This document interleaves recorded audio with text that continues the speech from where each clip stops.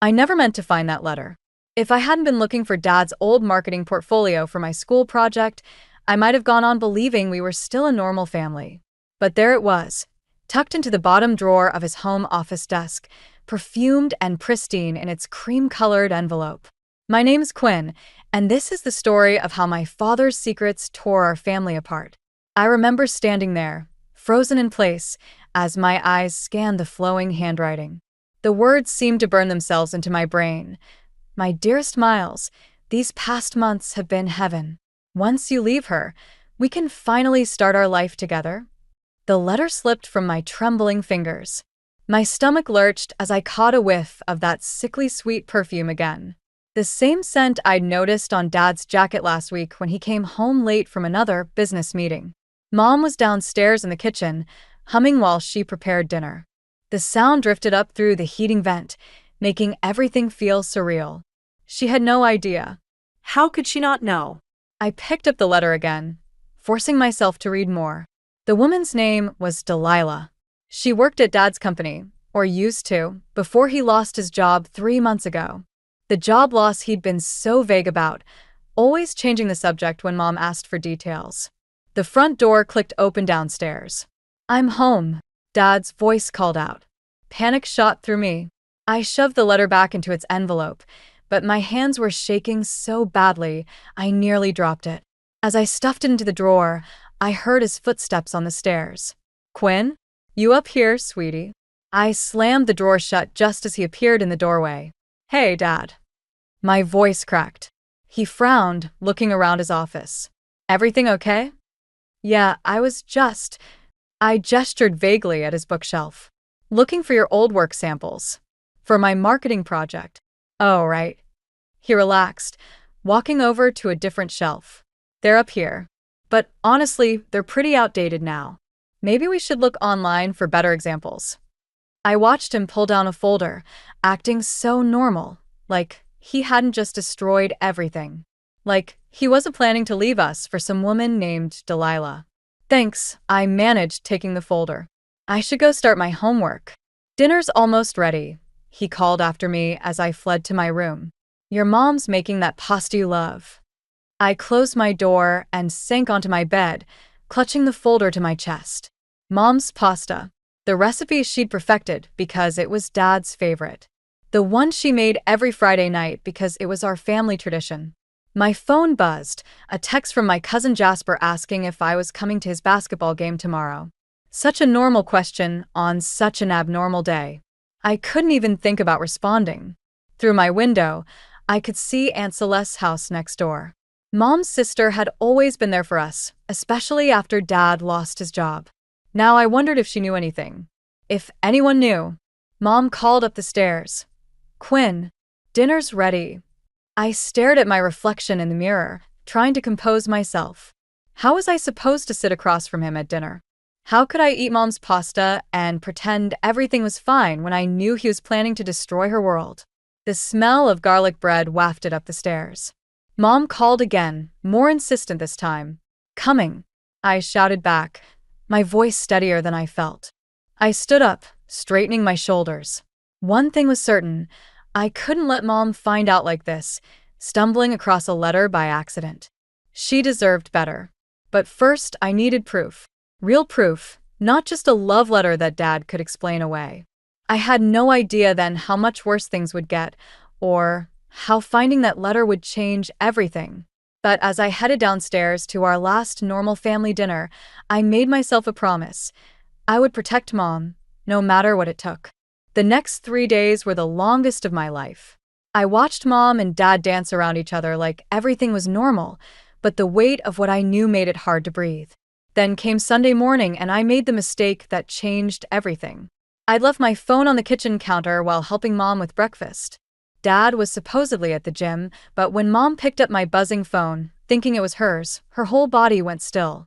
"Quinn," she said, her voice strange. "Why is Delilah Harrison texting you about meeting your father?" My stomach dropped. I'd been tracking Dad's movements through his old work contacts, trying to gather evidence. Delilah must have figured out I was his daughter. The word stuck in my throat as Mom's face went from confused to devastated. She'd already read the whole message. Looking forward to seeing Miles again tonight. Hope you understand why he needs to keep this private for now. Mom's hand shook as she read the words aloud. Quinn, what is this? The front door opened. Dad walked in, still in his gym clothes, whistling. The sound died when he saw us.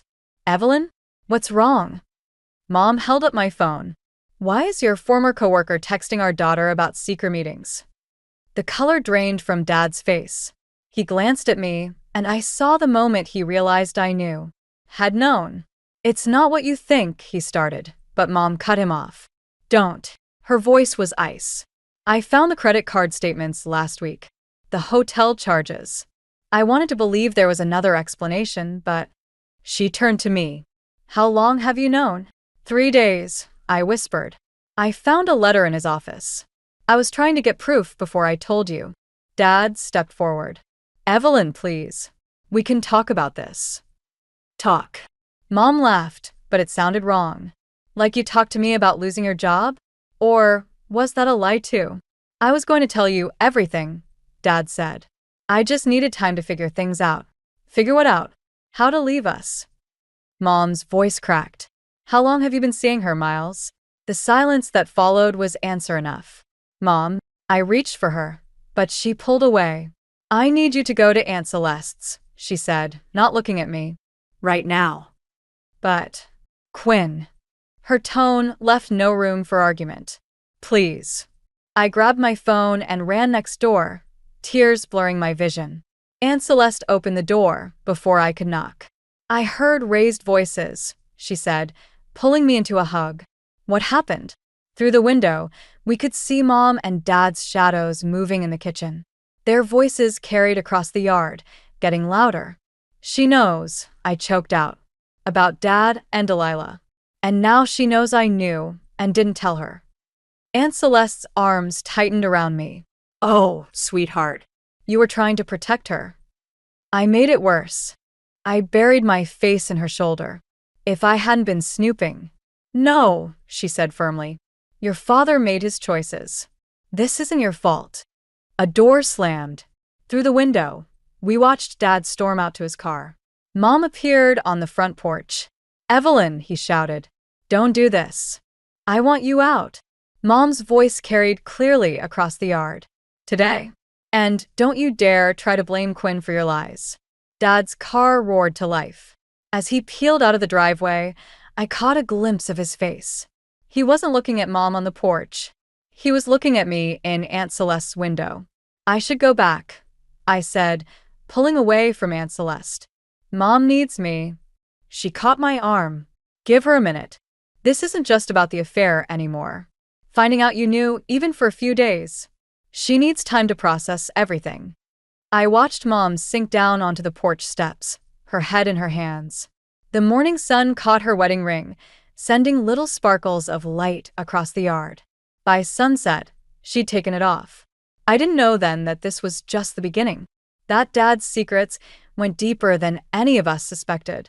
Or that Mom's determination to protect me would end up costing her everything. 2 weeks after Dad moved out, he showed up at our door with flowers and an apology. I watched from the stairs as Mom let him in, her face unreadable. That same morning, she'd been throwing up in the bathroom, claiming it was just a stomach bug. I've ended things with Delilah, Dad said, his voice carrying up the stairwell. I made a terrible mistake, Evelyn. I want to come home. Mom's laugh was hollow. Now? After I found out you lost your job because you couldn't keep it professional with your coworker? I leaned forward, my heart pounding. This was new information. That's not exactly, Dad started. Save it, Miles. Celeste told me everything. The complaints to HR, the scandal, how you both got fired. Mom's voice hardened. Were you ever going to tell me the truth? The silence that followed was deafening. I crept down a few more stairs, needing to see their faces. I was ashamed, Dad finally said. I knew I'd disappointed you, and then things with Delilah just happened. Just happened. Mom pressed her fingers to her temples. For 8 months. Evelyn, please. I'll do anything. Counseling, whatever you want. He reached for her hand, but she stepped back. We can't throw away 20 years of marriage. I have to tell you something, Mom said quietly. She swayed slightly, steadying herself against the wall. I'm sick, Miles. My breath caught. The stomach bug suddenly took on a different meaning. What do you mean, sick? Dad's voice changed, genuine concern breaking through his practiced contrition. I found out yesterday. It's Mom's voice cracked. It's cancer. Stage 3. The flowers slipped from Dad's hands, scattering across the floor. I must have made a sound because they both looked up, finally noticing me on the stairs. Quinn, Mom said softly. I was going to tell you tonight. I ran down the rest of the stairs, throwing my arms around her. She felt smaller somehow, more fragile, though nothing had visibly changed. We'll fight this, Dad said, moving closer. together. As a family. Mom stiffened in my arms. No, Miles. You don't get to sweep back in and play the devoted husband now. But you need me, he insisted. Both of you do. Like we needed you when you were spending our savings on hotel rooms with Delilah? The words burst out of me before I could stop them. Dad flinched. Quinn, that's not fair. Fair. I pulled away from Mom, facing him. You want to talk about fair? Mom's sick, and you're only here because your girlfriend dumped you. That's not true, he protested, but his eyes shifted away. Quinn. Mom touched my shoulder. Go upstairs, sweetheart. But, please. The look in her eyes stopped my argument cold. She was protecting me again. Even now. I retreated halfway up the stairs, just out of sight. Their voices carried clearly. I meant what I said, Miles. I want a divorce. Evelyn, you're upset. You're sick. This isn't the time for major decisions. Actually, it's exactly the time. Mom's voice strengthened. I need to focus on getting better, not wondering where my husband really is when he says he's at work. I'll prove to you both that I've changed, Dad insisted. Just give me another chance. Through the banister, I saw Mom pick up one of the scattered flowers. You know what's funny? These are the same flowers you bought Delilah. I saw the credit card statement. Dad's face crumpled. I didn't. I wasn't thinking. No, you weren't. Mom opened the front door. Goodbye, Miles. After he left, I found Mom in the kitchen, gripping the counter so hard her knuckles were white. When she saw me, she tried to smile. I'm sorry you had to find out like this, she whispered. I hugged her again, feeling her tears soak into my shoulder. We don't need him, Mom. We'll fight this together. What I didn't say was that I'd already seen the text on Dad's phone when he set it down earlier. Delilah hadn't dumped him. He was meeting her for dinner tonight. Some things I was learning were better left unsaid. The chemotherapy was supposed to make Mom better. Instead, I watched her fade a little more each day, while Dad's promises to help remained just that, promises. 3 months into her treatment, I was juggling school, hospital visits, and running our household alone. I found the unpaid bills one morning while Mom slept. They were stacked neatly on her desk, each one stamped with red warnings. Dad's child support checks had stopped coming 2 months ago. You shouldn't be looking at those, Aunt Celeste said from the doorway, making me jump. Someone has to. I held up the hospital bill. Did you know Dad canceled Mom's insurance when he left? Celeste's face darkened. Your mother didn't want you to worry. Well, I'm worried now. I dropped into Mom's desk chair. How are we paying for her treatments? We're handling it, she said, but wouldn't meet my eyes. Are you and Uncle Ronan? Quinn. She cut me off. Focus on school. Let the adults handle this. But that night, I overheard them arguing in the kitchen while I was supposed to be doing homework. She needs to know, Evelyn, Celeste said. Quinn's not a child anymore. She's 17. Mom's voice was weaker than I remembered. She shouldn't have to deal with this. She's already dealing with it. And Miles is making things difficult, Mom finished. I know, but the house is almost paid off. Once I sign it over to Quinn. If you wait that long, Celeste said softly. The silence that followed made my chest hurt. My phone buzzed a text from Dad. Missing you, sweetie. Dinner soon? I stared at the message, anger building. He hadn't even asked about Mom's last treatment. Hadn't visited once since she started chemo. Instead of replying, I opened my laptop and started searching. Property records, legal documents, anything I could find about house transfers and medical bills. If the adults wouldn't tell me everything, I'd figure it out myself. That's how I discovered Dad had taken out a second mortgage on our house 3 months before Mom caught him cheating. The money was gone, along with most of their savings. A knock at my door made me quickly close the browser. Come in. It was Jasper, holding 2 mugs of hot chocolate. Mom sent me to check on you. I took one of the mugs, grateful for the distraction. How much do they tell you? Enough. He sat on my bed. Dad's been working extra shifts at the garage. Mom thinks I don't notice, but they think they're protecting us by keeping secrets. Jasper nodded. Like how Aunt Evelyn's doctor wanted to try that new treatment, but what new treatment? I sat up straighter. He paled. I shouldn't have said anything. Jasper. There's this clinical trial, he said reluctantly, but it's expensive and the insurance won't cover experimental treatments. The next morning, I skipped first period and went to Dad's apartment. He answered the door in a bathrobe, looking surprised. Quinn. I was just about to. Save it. I pushed past him into the apartment. I need money for Mom's treatment. His face fell. Honey, things are tight right now. With the job situation. You mean with paying for Delilah's new car? I gestured to the paperwork on his coffee table. Or the trips to Vegas? He quickly gathered the papers. You shouldn't be looking at my personal business. Like you shouldn't have stolen Mom's future? My voice cracked. The second mortgage, Dad? Really? It's complicated, he started, but I cut him off. Mom's dying. The words hung in the air between us. She needs this clinical trial, and you're buying gifts for your girlfriend with money that should be paying for her treatment. His silence told me everything I needed to know. Fine. I turned to leave. I'll remember this when Mom's gone and you want to play happy family again. Quinn, wait. But I was already gone, my mind racing with new plans. If Dad wouldn't help, I'd find another way. Mom had always protected me. Now it was my turn to protect her. I just didn't know then how much it would cost us both. Mom died on a Tuesday morning in October. I wasn't there. I'd finally given in to her insistence that I go to school, that I couldn't put my life on hold forever. Aunt Celeste called me out of third period, but by the time I reached the hospital, it was too late. Dad didn't show up until the funeral 3 days later. He brought Delilah. She's my support system, he explained when I confronted him in the church parking lot. I'm grieving too, Quinn. I watched them sit in the back row, her hand on his knee, and something inside me hardened.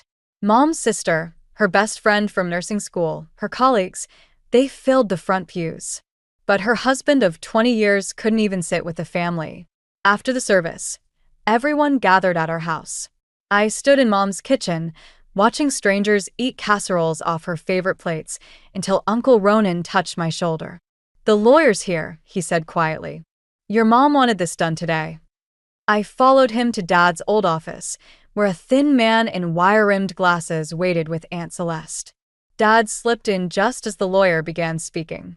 Mrs. Bennet was very specific about her wishes, the lawyer said, pulling out a document. The house and all its contents are to pass directly to Quinn upon her 18th birthday, which I understand is in 3 months. What? Dad's voice cut through the room. That's impossible. I'm her husband. Was her husband. The house should go to me. The lawyer adjusted his glasses. Mrs. Bennet had the deed transferred solely to her name 2 months ago. Given the circumstances of your separation and the missed support payments, she wanted to ensure Quinn's future security. I remembered Mom's late nights at the kitchen table, the papers she'd been signing. She'd planned this, knowing what was coming. This is ridiculous, Dad sputtered. Quinn's a child. She can't manage a property. I managed just fine while you were gone, I said, surprising myself with how steady my voice sounded. While you were buying Delilah jewelry with Mom's insurance money. His face reddened. That's not.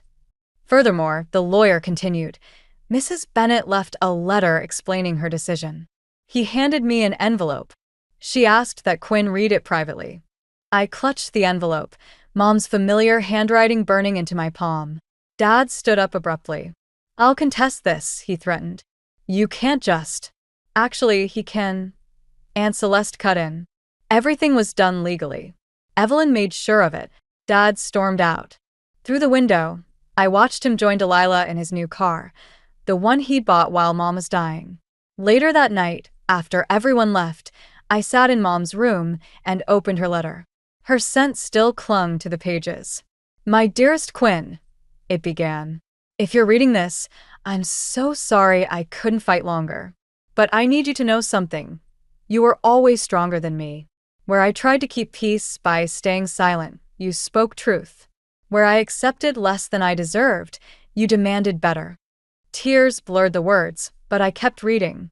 The house is yours because you're the one who made it a home these past months. Your father will be angry, but remember, his anger comes from shame, not righteousness. Don't let it touch you. The last paragraph caught in my throat.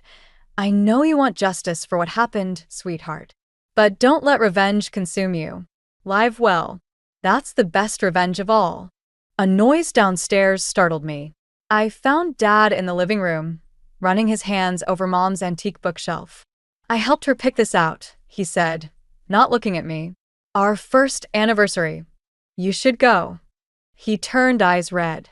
Quinn, please. We need to talk about this house situation. No, we don't. I held up Mom's letter. She made her choice, just like you made yours. I'm still your father. Are you? I met his gaze. Because fathers don't abandon their dying wives. They don't steal their medication money for Vegas trips with their mistresses. He flinched. How did you? Get out. My voice was ice. And tell Delilah, if she wants Mom's house, she'll have to find another man to buy it for her. Because you're not welcome here anymore. I watched him leave, Mom's letter clutched to my chest like armor. 3 months until I turned 18. 3 months until the house was legally mine. I just had to survive until then. I came home from my 18th birthday dinner at Aunt Celeste to find Dad's car in our driveway.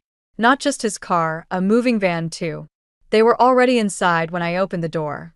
Happy birthday, sweetheart, Dad said, standing in our living room like he belonged there. Delilah was arranging photos on Mom's antique sideboard, their photos replacing Mom's. What are you doing? My voice sounded distant, even to myself. Moving in. Dad gestured around the room. Now that you're 18, we need to discuss the house situation like adults. There's nothing to discuss. I moved to grab one of their photos, but Dad caught my wrist. Actually, there is. His grip tightened slightly. I've spoken to another lawyer. Your mother wasn't in her right mind when she changed the deed. The medication, the stress, we can contest the will. Let go of me. He released my wrist, his expression softening. Quinn, be reasonable. You're starting college soon. You can't maintain a house by yourself. She's right, Quinn. Delilah chimed in, her voice honey-sweet. We just want to help. I stared at her, at the expensive watch on her wrist, Mom's insurance money glinting in the lamplight. Help yourselves, you mean? That's enough. Dad's voice hardened. This is still legally my house too. I'm moving back in, and we're going to be a family whether you like it or not. Family? I laughed, the sound sharp and foreign. Is that what you call this? Quinn. No. I pulled out my phone. You have 1 hour to get out, or I'm calling the police. The deed's in my name now. Dad stepped closer, his facade cracking. You wouldn't dare. Try me. Miles. Delilah called from the kitchen. Come look at this. We found her holding Mom's recipe box, rifling through the cards. These are so quaint. Though, I suppose we could digitize the good ones. I snatched the box from her hands. Don't touch her things. They're not just her things anymore, Dad snapped. This is our home now too. You need to accept that. Like you accepted Mom was dying?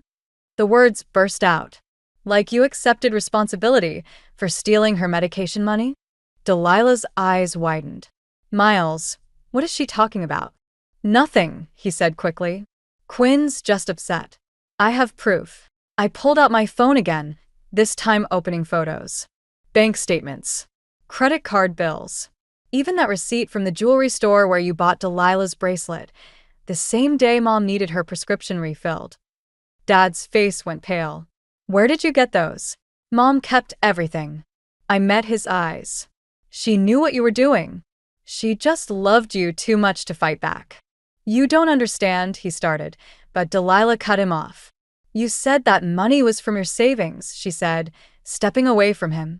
You said. I can explain. Dad turned to her, panic creeping into his voice. Baby, please.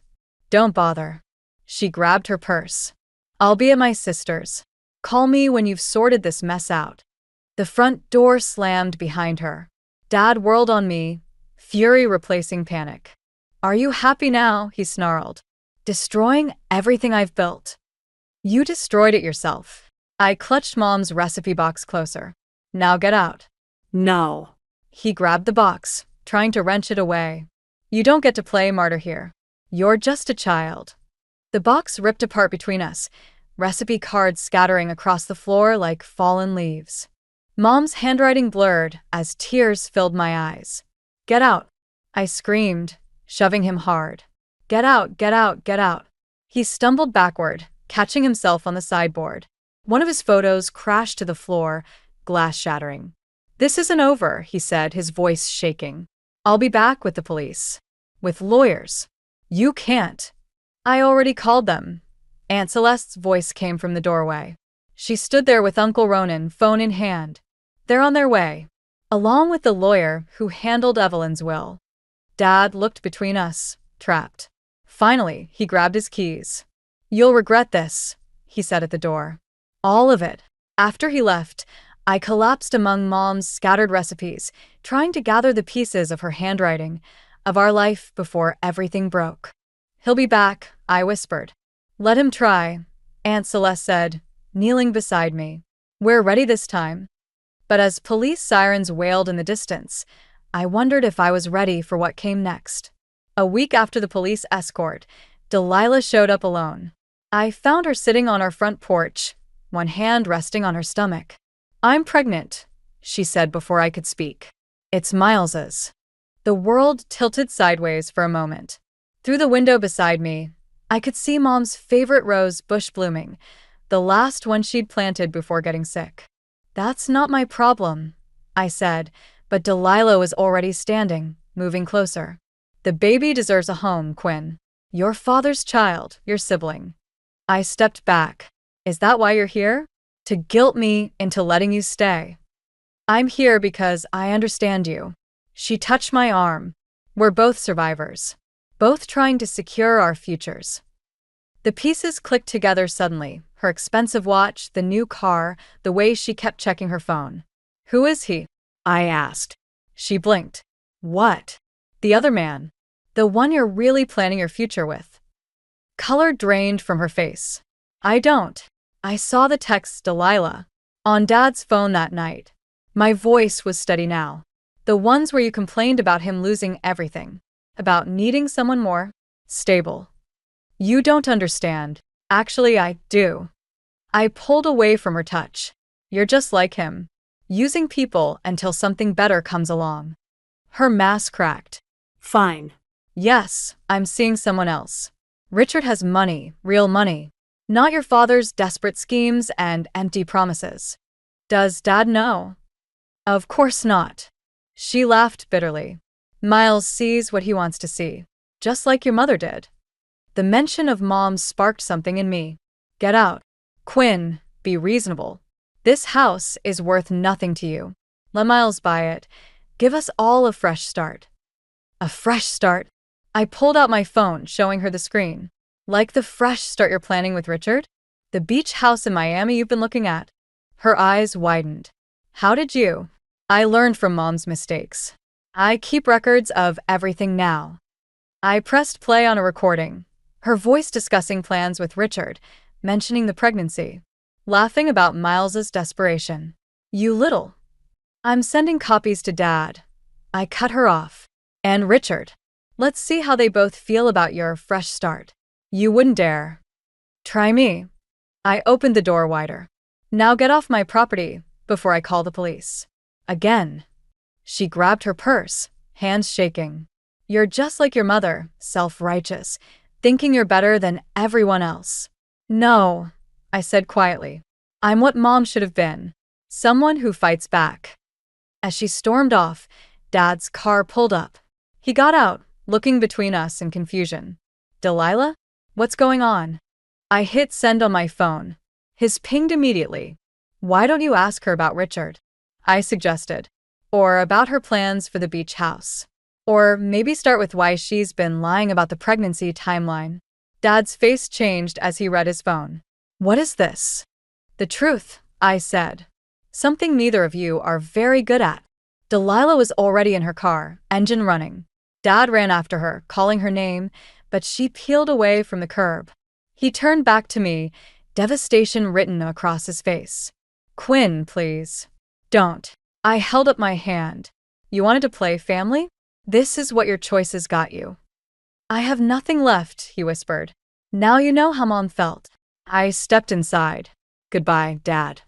As I closed the door, I caught a glimpse of his reflection in the glass, shoulders slumped, defeat etched in every line.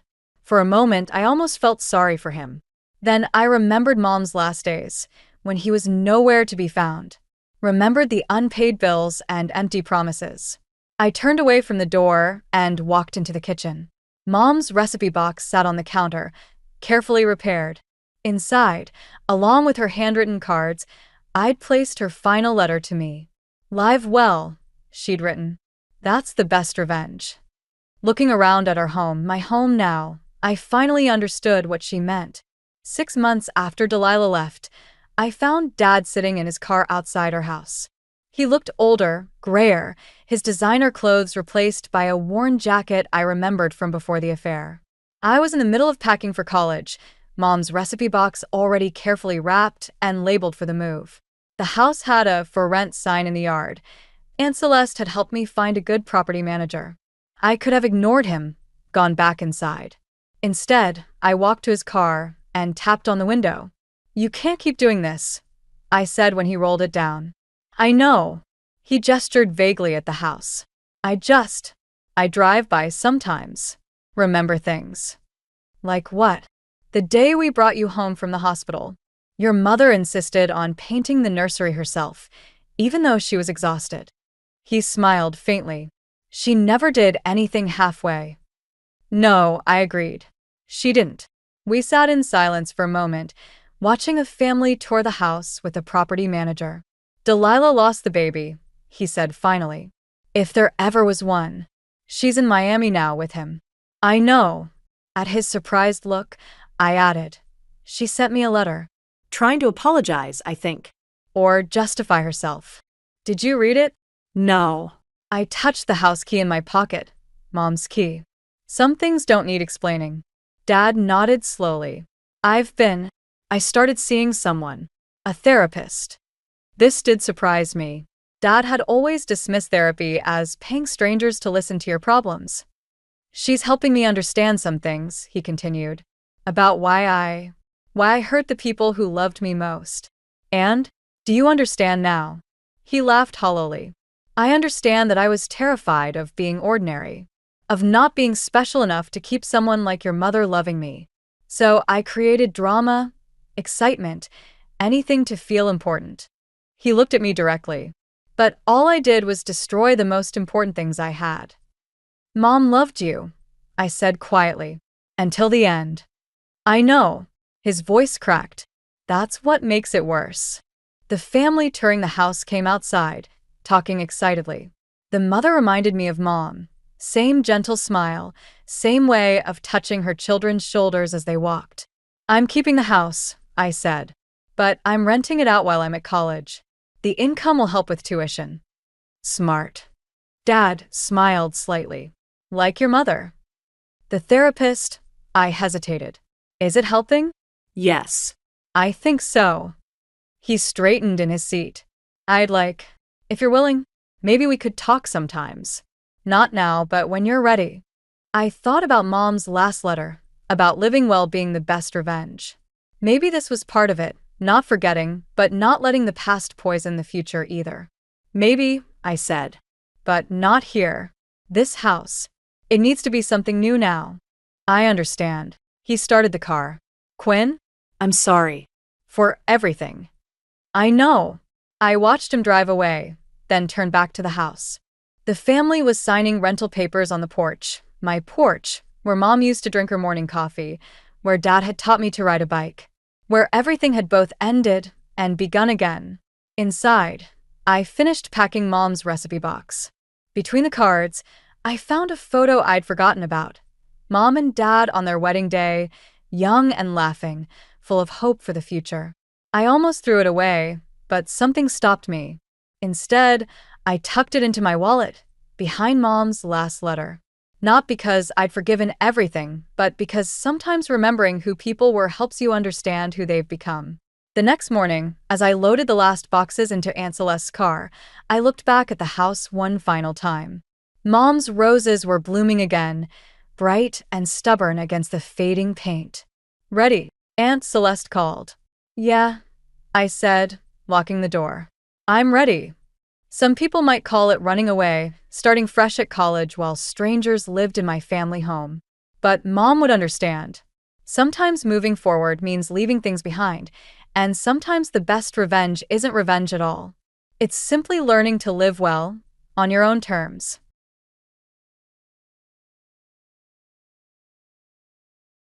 Hello, I'm Amber, a 30-year-old. I've been married to Patrick for 3 years now. We don't have children yet. Our lives took a significant turn following the unexpected death of Patrick's father, Jesse. At the time, we were residing in a different state, and the news of Jess's sudden heart attack came as a complete shock.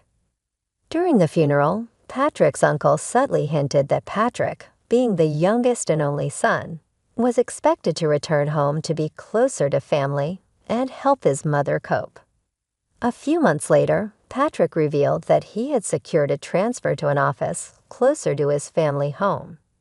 He made this decision on his own and informed me afterward, which upset me because such a major decision should have involved both of us. When I expressed my frustration, Patrick apologized and explained that he anticipated my objections. He admitted knowing that I have a strained relationship with his mother, Mary, which is mutual. When we lived farther away, our visits to his parents were limited to extended holidays, mostly due to our work commitments. Mary often complained about our infrequency, comparing us to Amanda and Diane, Patrick's sisters, who live nearby and visit often. Despite the distances and costs involved, Patrick always defended our situation. Our relationship with Mary had always been a bit tense but manageable. However, Mary's main grievance with me centered around us not having children yet. She had once bluntly questioned this during a summer visit, embarrassingly focusing on my ability to bear children, even comparing me unfavorably to her daughters, who also don't have children. Mary's outdated views and strange comments on societal responsibilities regarding childbirth always irritated me. Yet when Mary fell ill, even Patrick became notably worried, which influenced our recent drastic changes. With Patrick moving back and me quitting my job, I faced the daunting prospect of more frequent interactions with Mary. I had contemplated letting Patrick move back alone, especially after hearing about a friend's distressing experience with her husband's infidelity during a business trip. After careful consideration, I decided to join Patrick, reasoning that we wouldn't be living together continuously anyway. To my surprise, Mary seemed genuinely pleased with my decision. 3 weeks later, she invited me over for tea, marking the first time I accepted such an invitation from her, albeit reluctantly. When I arrived at my in-laws' house, Mary and Amanda were there to greet me. "Amber, it's been so long. Why haven't you visited since moving here?" Amanda asked, her tone laced with sarcasm. Inside, I was already regretting my decision to come. Mary chimed in almost cheerfully. "I was so happy when you decided to move closer, but it seems I was mistaken. You don't like me, do you?" I wanted to affirm her suspicion just to see her reaction, but of course I held back. I don't dislike you. It's just that I've been feeling unwell due to adjusting to the new environment. I explained, which was partly true. I had been resting at home due to fatigue, and Patrick hadn't mentioned this visit to me. Why was I here today, just to endure their harsh words? Mary quickly accused me of disliking her, but wasn't it the other way around? How are we supposed to get along under these conditions? Amanda sharply interjected, "How can you speak to your mother-in-law like that? Apologize to her. Say you're sorry." I expected Mary to respond with anger, but her reply caught me off guard. "You're right, I have been mean. I'm sorry, Amber. I'm also sorry about the comments regarding children. I was being nosy." I braced myself for a lecture, anticipating some hidden snark, but there was none. Even Amanda looked surprised. All I wanted was to hold a grandchild, Mary confessed. She explained that Amanda's husband was infertile, and Diane seemed to have fertility issues, so she had pinned her hopes on Patrick and me. Despite knowing about Amanda and Diane's struggles, Patrick and I had discussed having children and were considering it. So I asked for some patience. "Please just give us some time," I said, bowing my head slightly. Despite everything, I couldn't shake off my sense of duty. "I'm sorry," I added, "but do visit us sometimes." After that, Mary and Amanda resumed watching TV and sipping their tea as if the earlier tension had never happened. "I like this announcer," Mary remarked about her favorite local TV personality. "She's so energetic and bright." Watching them in the TV, I felt a pang of regret. Maybe if I had been more outgoing, things could have been different with Mary and her family. It was a fleeting, somewhat naive thought. I was relieved to have shared my feelings earlier that day, hoping it might lead to better relations. Yet my optimism was short-lived. That evening, Patrick stormed in, visibly upset. "I heard from Mom that you said you have no intention of getting along." She was crying. "Amber, what did you say to her?" I was stunned by his reaction. Just earlier, he had left with a smile, and now he seemed to be accusing me of something entirely different. "Patrick, there's been a misunderstanding." I tried to clarify. I told her it's difficult for me to be friends, given our current relationship. How does that translate to me not wanting to get along? I was scared now. Patrick seemed to fully believe Mary's twisted version of the story. His earlier smile now appeared deceptive, and I didn't know how to navigate this. I tried to explain further, but he wasn't convinced. Then my phone buzzed with a message from Amanda. "After all the effort of moving here, weren't you prepared to make it work? If you're here with us, you need to be a bit more patient." Patrick glanced at me as if echoing Amanda's words. I moved here because I cared about being with him, not just to appease Mary and Amanda. Facing Patrick, I held his gaze and said, "It's clear that Mary and the others might never approve of me. Maybe you should consider someone she likes more." The word divorce slipped out before I could catch it, and for the first time, Patrick looked genuinely alarmed. "Wait, hold on. How did we jump to divorce? I just want you to get along better with my family," he said, bewildered by the turn of the conversation. He couldn't grasp that his family might never accept me, which left me equally baffled. However, Patrick seemed determined to resolve the misunderstanding. The next day, he returned late from work and relayed his conversation with his mother. She admitted there was a misunderstanding and apologized. "What a fuss," he said. He also mentioned that Mary's birthday was approaching and suggested, "How about we celebrate her birthday at a fancy restaurant?"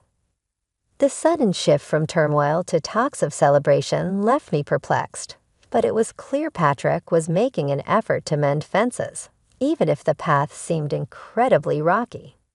Patrick suggested that if we presented the birthday dinner as my idea, Perhaps it could positively shift his mother's perception of me.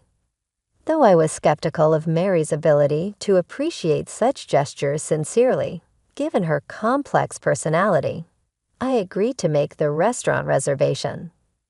I invited Amanda and the others, specifying a table for 8. Patrick consented, but as the date drew near, a sense of unease grew within me. Patrick had been distant lately, giving only indifferent responses to my attempts at conversation, which made me feel increasingly isolated. On the day of the dinner, we arrived at the restaurant to find Mary, Amanda, and their spouses already gathered.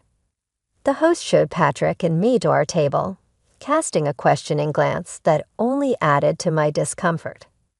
"Happy birthday, Mary." I greeted her cheerfully, trying to bridge the gap. However, Mary didn't even acknowledge me. Instead, she turned to the others, thanking them for joining her celebration. It felt like a deliberate snub. Amanda seemed confused. "I thought today was a family gathering," she remarked, looking at me with a brief, puzzled expression. Diane, noticing the tension, looked over with concern. At that moment, I realized I was being deliberately excluded. Resolving not to let it ruin my evening, I decided to keep to myself and leave early. Just as I was settling into this plan, a staff member approached our table with an awkward demeanor. "I'm sorry, but the reservation was actually made for 7 people today," he informed us. Confused, I responded, "I distinctly reserved for 8. Could there be a mistake?" "No, it should definitely be for 8. I pressed, recounting my conversation over the phone. "Oh yes, but about a week ago, we received a call from a gentleman asking to change the number to 7. The worker explained, stunned. I turned to Patrick, looking for an explanation. His response floored me. "Yes, please service for S. Everyone's here now," he stated plainly, confirming the change himself. At that moment, I felt a mix of betrayal and disbelief. Patrick's actions made it clear that despite his words, his commitments to smooth family tensions were superficial at best.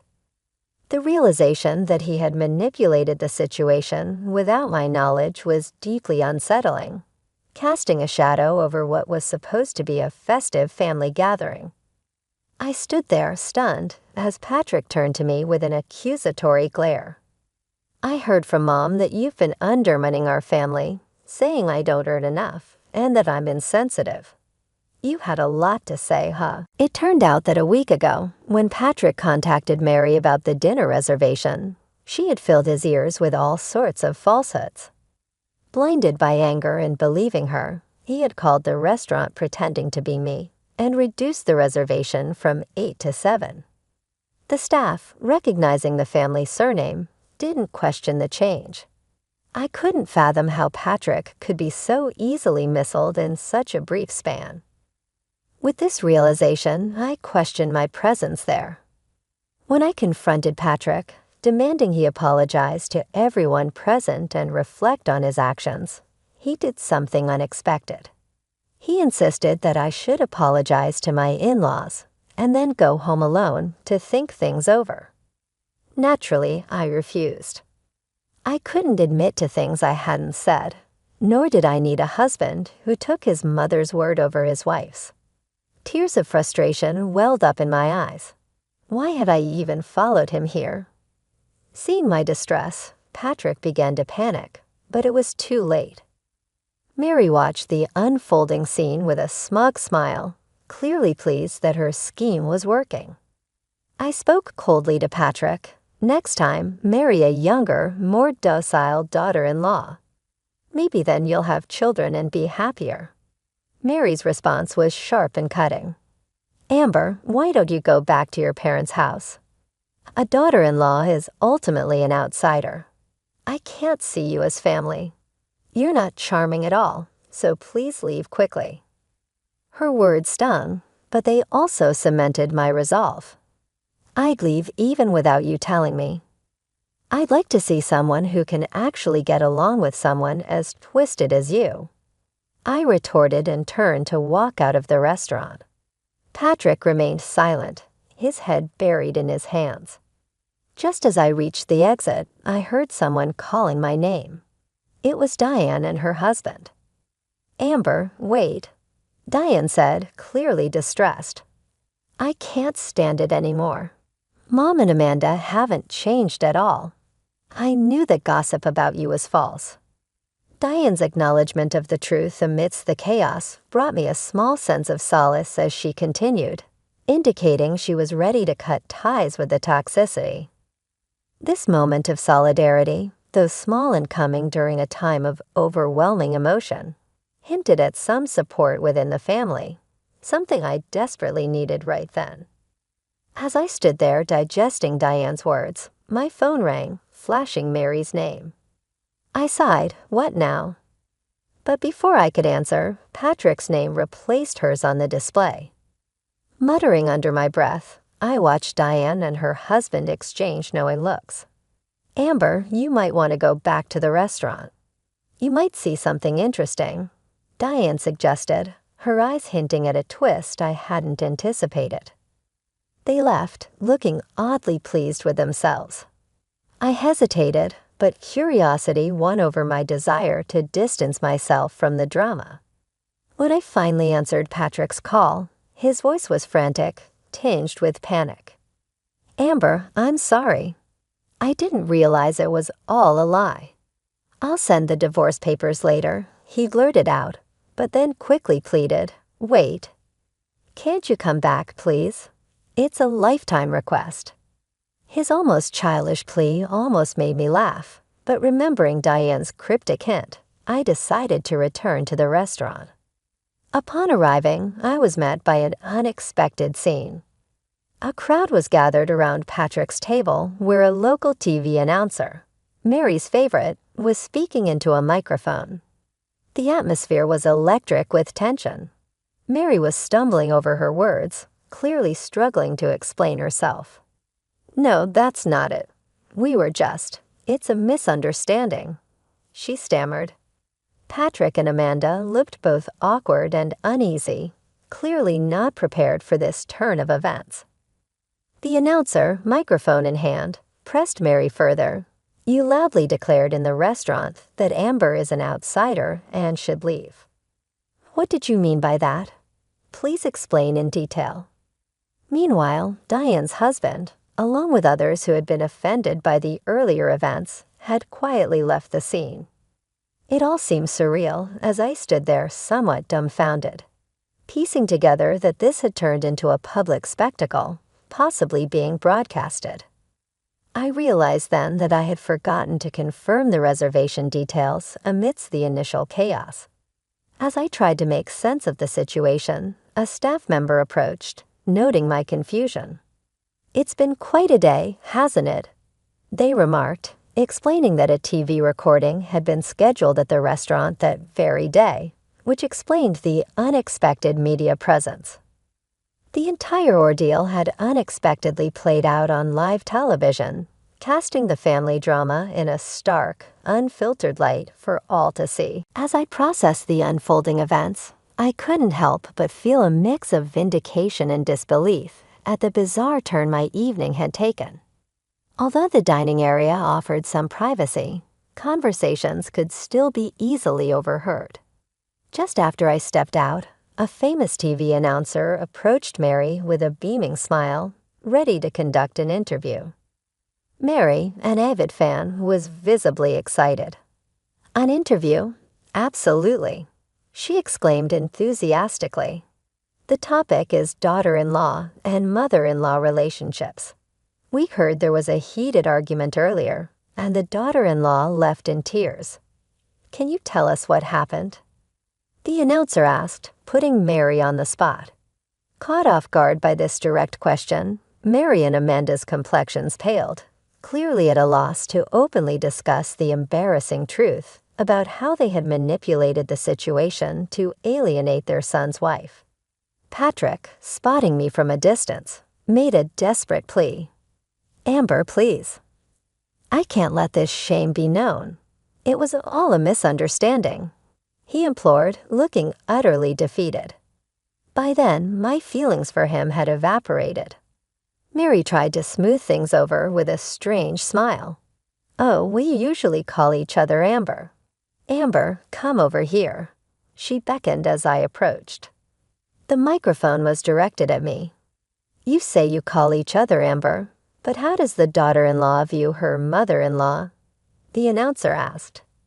"I've never been called that," I replied calmly. "I've been called unpatriotic several times for not having children, but that's due to Patrick and I not feeling ready or confident enough to start a family. We haven't even tried for over 2 years. That's what I was always told was grounds for divorce." I recounted how Patrick had initially supported me when I first fell ill and had to take a leave from work. I appreciated his kindness and followed him here, hoping a change of environment might help, but this is the result. By then, I was out of tears and detachment had taken their place. Seeing Mary and Amanda looking embarrassed and pitiful brought a small measure of satisfaction. As I stood there, prepared for the possibility of this being broadcast nationwide, I couldn't help but reflect on this surreal day, watching Mary's distressed expression as I mentioned the broadcast. I couldn't help but smile. Well, since the daughter-in-law is considered an outsider, I guess I should leave.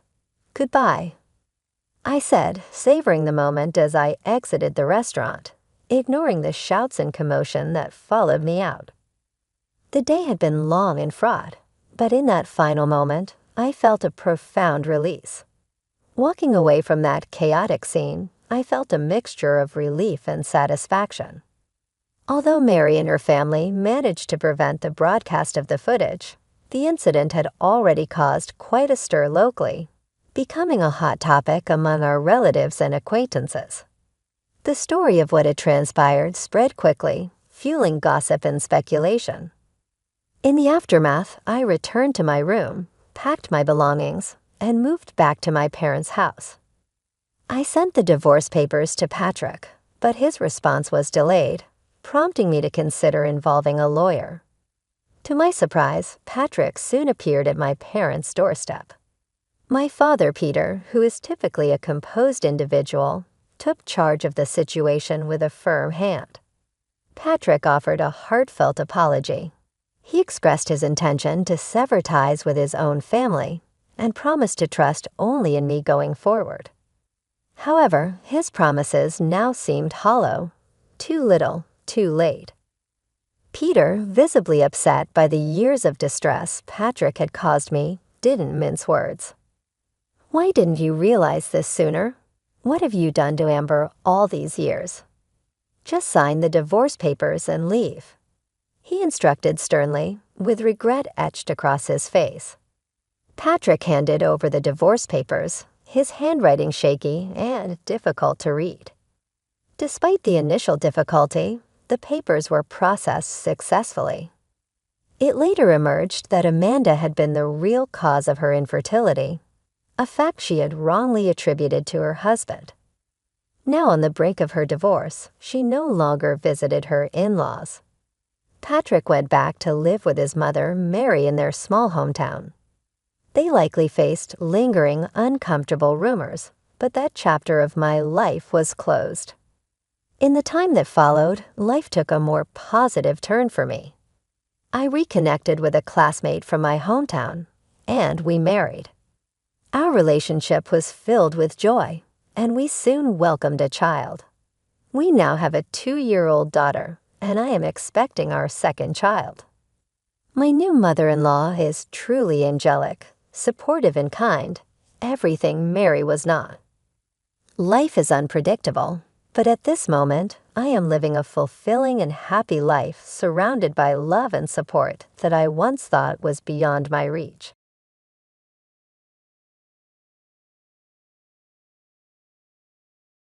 I stumbled back, shocked by the venom in his voice.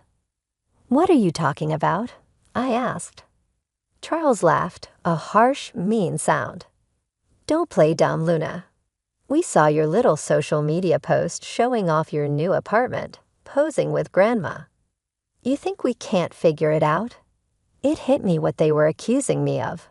You think Grandma bought us this apartment? We know she did. Scott spat. You've been playing the poor, neglected child for years, worming your way into her good graces. Now you've tricked her into making you the sole heir. Anger surged through me, and I stood taller. You have no idea what you're talking about. John and I bought this apartment with our own money. Money we worked hard for. Charles sneered, his eyes darting around the room. Right, sure you did. Where's the old bat, anyway? Hiding her so we can't talk some sense into her. She should be in a cemetery by now. I can't wait for her to kick the bucket so I can sell her house and live it up.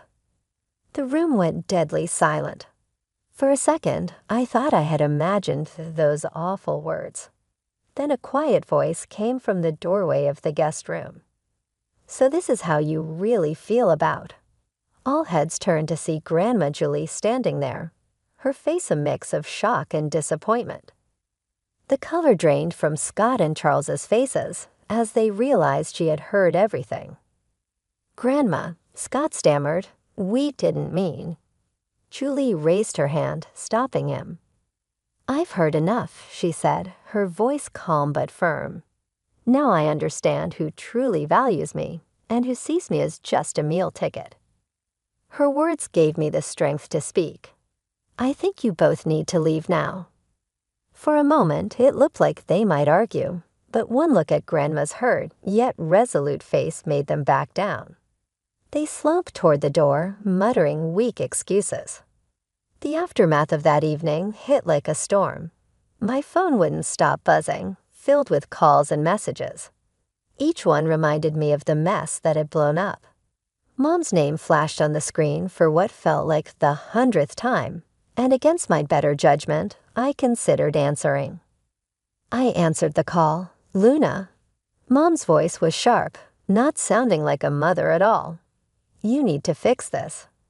Your grandmother is furious with the boys. You need to smooth things over and tell her it was all a misunderstanding. I let out a bitter laugh. A misunderstanding? They broke into my home and said they couldn't wait for her to die so they could sell her house. How is that a misunderstanding? They didn't mean it. Dad jumped in, clearly on speakerphone. You know how the boys can be. They were just upset. What are you upset about? I put myself to the test. John and I used our own funds to purchase an apartment. I'm loved by my grandmother.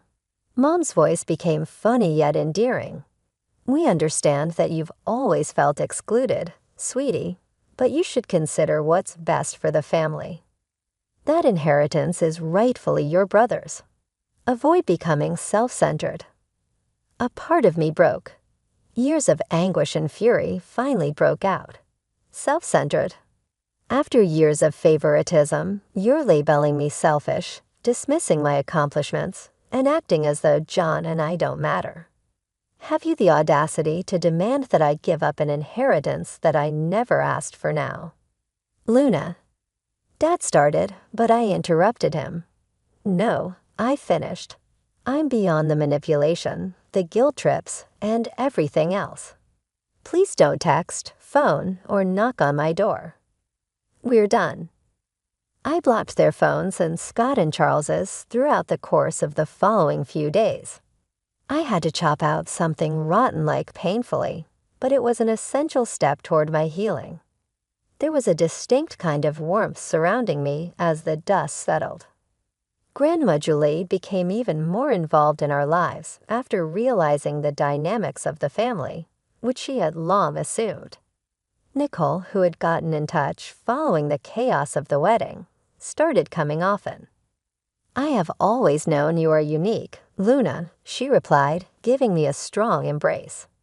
I apologize for not speaking up for you sooner. Supporting responses came from other relatives, including uncles, distant aunts, and cousins who had witnessed my family's years of mistreatment of me. It was as though a curtain had been withdrawn, making room for genuine connections to blossom where there had only been duty. I was surrounded by the pure affection of John's family, bless them. His parents made a special effort to make me feel loved, even though they had watched helplessly while my own family tore me apart. John and I devoted all of our energy to furnishing our new flat.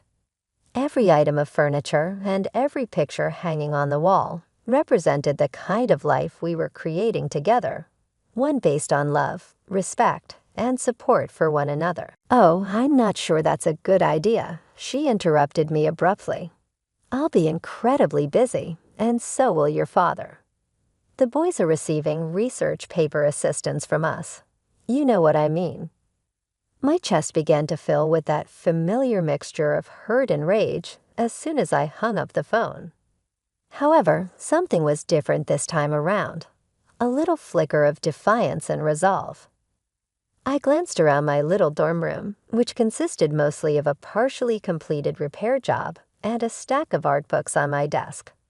I had created this universe on my own, in spite of everything. This was my world now. I whispered, "Forget them," to the empty room.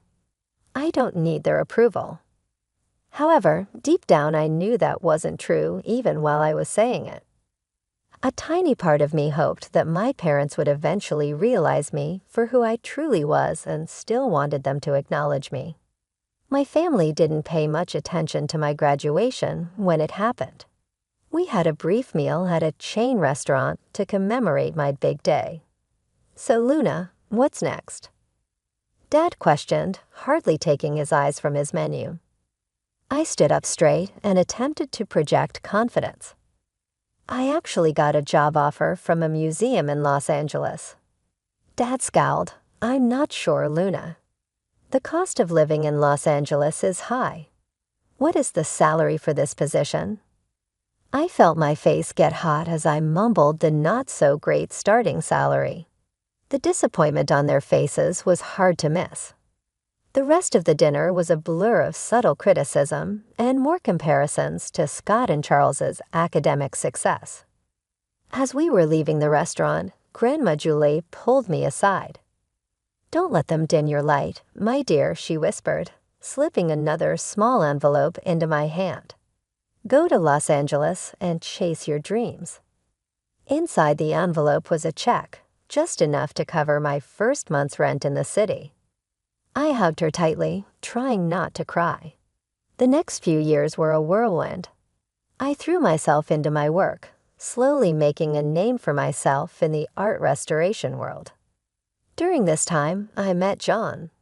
He was a struggling graphic designer with a kind smile and an infectious passion for his work.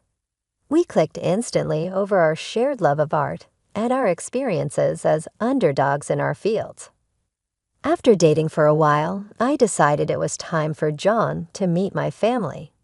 From the moment we sat down, it was clear my parents had other plans. They fired question after question at John, each one more intense than the last.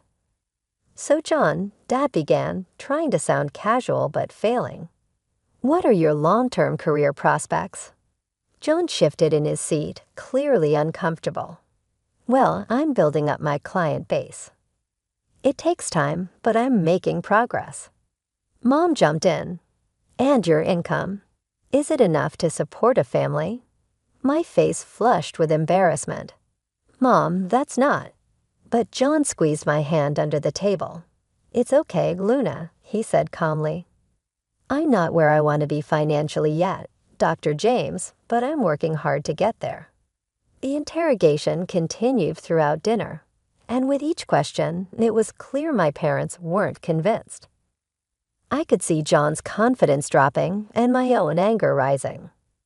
As we were leaving, Mom pulled me aside. "Luna, honey, I know you think you care about this boy, but you need to be realistic. You've already picked a tough career path. Don't make it harder by being with someone who has no future." "Mom," I whispered, shocked at how blunt she was. Dad stepped in too. "Your mother's right, Luna. You need to think about your future. John seems nice, but is he really good enough for you? You could do so much better." I stood there speechless as all the frustration I had bottled up for years nearly boiled over. How dare they judge John? How dare they dismiss my choices once again? As John and I started planning our wedding, reality hit us hard. Our savings were pretty small, barely enough for a simple ceremony. One night, after staring at budget spreadsheets for hours, I decided to ask my parents for help. "Mom, Dad," I began cautiously during our weekly call. "John and I have set a date for the wedding. We're trying to keep costs low, but I was wondering if you might want to help out a little, maybe even just with the planning." The silence on the other end was long and uncomfortable. Finally, Mom spoke, her voice cold. "Luna, you're an adult now. If you've chosen to marry this person, you need to handle the consequences yourself." I hung up, feeling awful, but not really surprised. Once again, Grandma Julie stepped in to save the day. When I told her about the situation, she didn't hesitate. "My dear," she said warmly over the phone, "I may not be able to give you the wedding of your dreams, but I want to help make your day special." She sent some money, and while it wasn't much, it made a big difference in our plans. The wedding day came, and I had a mix of excitement and nerves. The community center we rented was simple but looked lovely, decorated with wildflowers and fairy lights. Our close friends helped with everything from the decorations to the homemade cake. As I walked down the makeshift aisle, John's face lit up with a smile that made all the struggles worth it.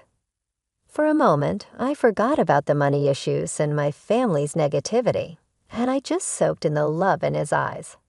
That bubble burst when I saw my family. Mom and Dad sat stiffly in the front row, looking bored and unimpressed. I overheard Mom whispering to Dad about how tacky the decorations were and how cheap the food seemed. Scott and Charles were even worse, standing in the corner, laughing, and glued to their phones.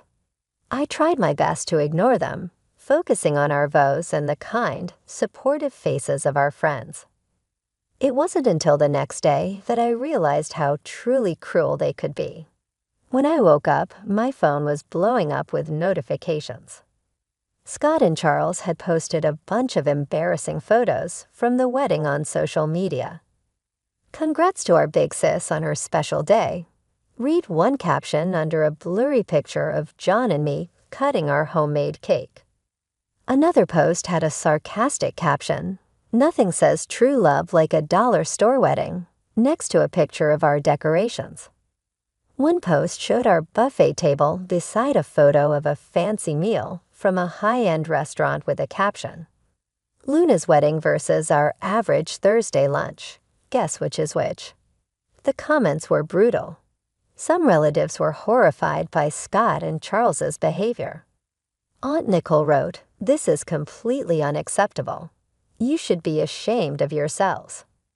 But others found it funny. Our cousin Mark commented, "Savage but true."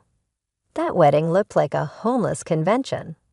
Reading through the comments made me feel sick, but what hurt the most was seeing my parents' responses. Instead of scolding their sons, they were encouraging them. Mom had commented, "Boys will be boys. It's just a bit of harmless fun." I didn't call them or demand an apology. I just decided to cut them out of my life for a while. 5 months after the wedding, it was time for the annual James family reunion. Even though I had my doubts, John thought we should go, hoping it might be a chance to clear the air. We couldn't have been more wrong. The tension was so thick you could feel it. I kept it together for the first hour, making polite conversation and avoiding my immediate family as much as possible. But then I overheard Scott bragging about his latest luxury vacation, paid for by our parents, of course. Something inside me snapped. "Must be nice," I said loud enough for everyone to hear. "To have Mom and Dad pay for your entire life." The room went silent. Scott stared at me, speechless. "What's that supposed to mean?" He finally asked. "You know exactly what it means. I replied, all the frustration I had buried for years boiling over. You and Charles get everything handed to you on a silver platter, while I've had to fight for every bit of recognition or support. Mom stepped forward, her face red with anger. Now, Luna, you're being ridiculous. We've always treated you kids equally. I let out a bitter laugh. Equal? Are you serious? Let's talk about equal, I said, counting on my fingers.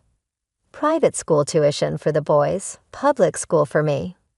Brand new cars for their 17th birthdays, nothing for mine, and the grand finale. $700,000 for their Ivy League educations, while I had to scrape by on scholarships and loans. The room was so silent you could hear a pin drop. Everyone was staring, watching our family's dirty laundry being aired out in front of everyone. Mom's voice was cold when she finally spoke. If you're so obsessed with money, Luna, maybe you should have married someone rich instead of your poor husband. Her words hit me like a slap. John, who had been quietly supporting me the whole time, stiffened beside me. How dare you, I whispered, feeling tears in my eyes. John is worth 10 of you. He loves me for who I am, not for how I can make him look at his country club friends. The reunion spiraled into chaos. Everyone started yelling, dragging up old grudges, years of anger spilling out. In the middle of it all, a strong voice rose above the noise. Enough. Everyone turned to see Grandma Julie standing up. Her normally kind face looked stern and angry. I've watched this family fall apart for years, and I won't stand for it anymore, she said firmly. Isabella, Adam, your treatment of Luna has been shameful. She added, turning to Scott and Charles, your cruelty toward your sister is unforgivable. The room went silent again, but Mom never wanted to back down. Mother, you don't understand. Luna has always been difficult, always causing problems. No, Isabella, Grandma interrupted. The only problem here is your obvious favoritism and your refusal to see the damage you've done. I looked around at the shocked faces of my relatives, at Grandma standing tall, and at my parents' anger, and my brother's smug expressions. At that moment, something inside me broke. But then it came back together, stronger. I'm done, I said quietly but firmly. I'm done trying to get your approval. Done being part of this toxic family. John and I are leaving, and don't bother trying to contact us. The months that followed were tough, but John was my rock through it all. He held me when the sadness hit, celebrated the little victories, and never once made me feel bad for the family drama I'd brought into our lives. Life has a strange way of surprising you when you least expect it. It all started with a phone call. John had been working tirelessly for weeks, pouring everything he had into a pitch for a major client. The call came on a sunny Thursday morning. I could tell from the look on John's face that something big had just happened. We got it, he whispered, barely able to speak. Luna, we got the contract. The next few months were a whirlwind. John's small design firm blew up overnight, and that big client opened doors we never thought we'd see. Suddenly, we weren't just getting by anymore. We were doing really well. But with all that success came an unexpected problem. My phone started lighting up with notifications, friend requests from family members I had blocked long ago, messages from distant relatives who suddenly wanted to catch up, and then the call. I had been dreading Luna. Sweetheart, my mom's sugary sweet voice came through the line. We heard the wonderful news about John's business. We always knew you two would make it. The calls kept coming. My father chimed in, saying how proud they were and how they'd always believed in us. I sat there, stunned and getting angrier with every lie. We'd love to see you, Mom chirped. Maybe we could have dinner and celebrate your success as a family. That snapped me out of it. As a family, I repeated, my voice hard.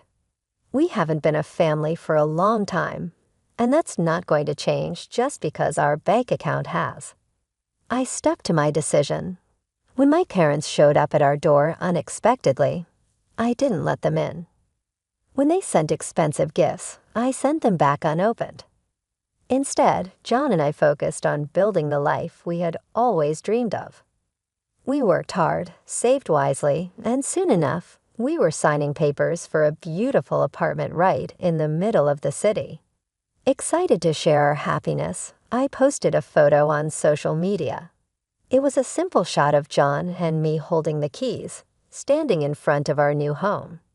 Next to it was a picture from our most recent visit with Grandma Julie, her proud smile shining for the camera.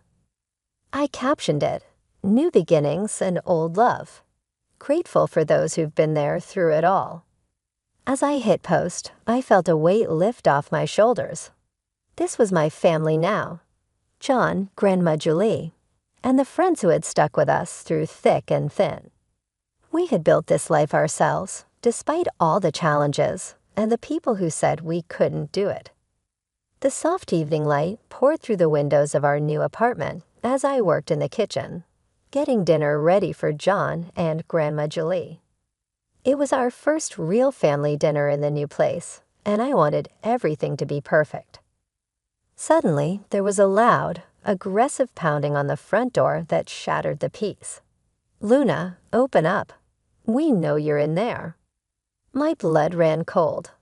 I recognized those voices anywhere. Scott and Charles. Before I could react, the door burst open, and my brothers stormed in, their faces twisted with anger. I barely had time to see John jump to his feet before Scott was in my face, jabbing his finger at my chest. "You manipulative little," he snarled. "We always knew you were playing a long game, but this is low even for you." As they say, I've always been the black sheep in my family, the odd one out. Luna James is my name.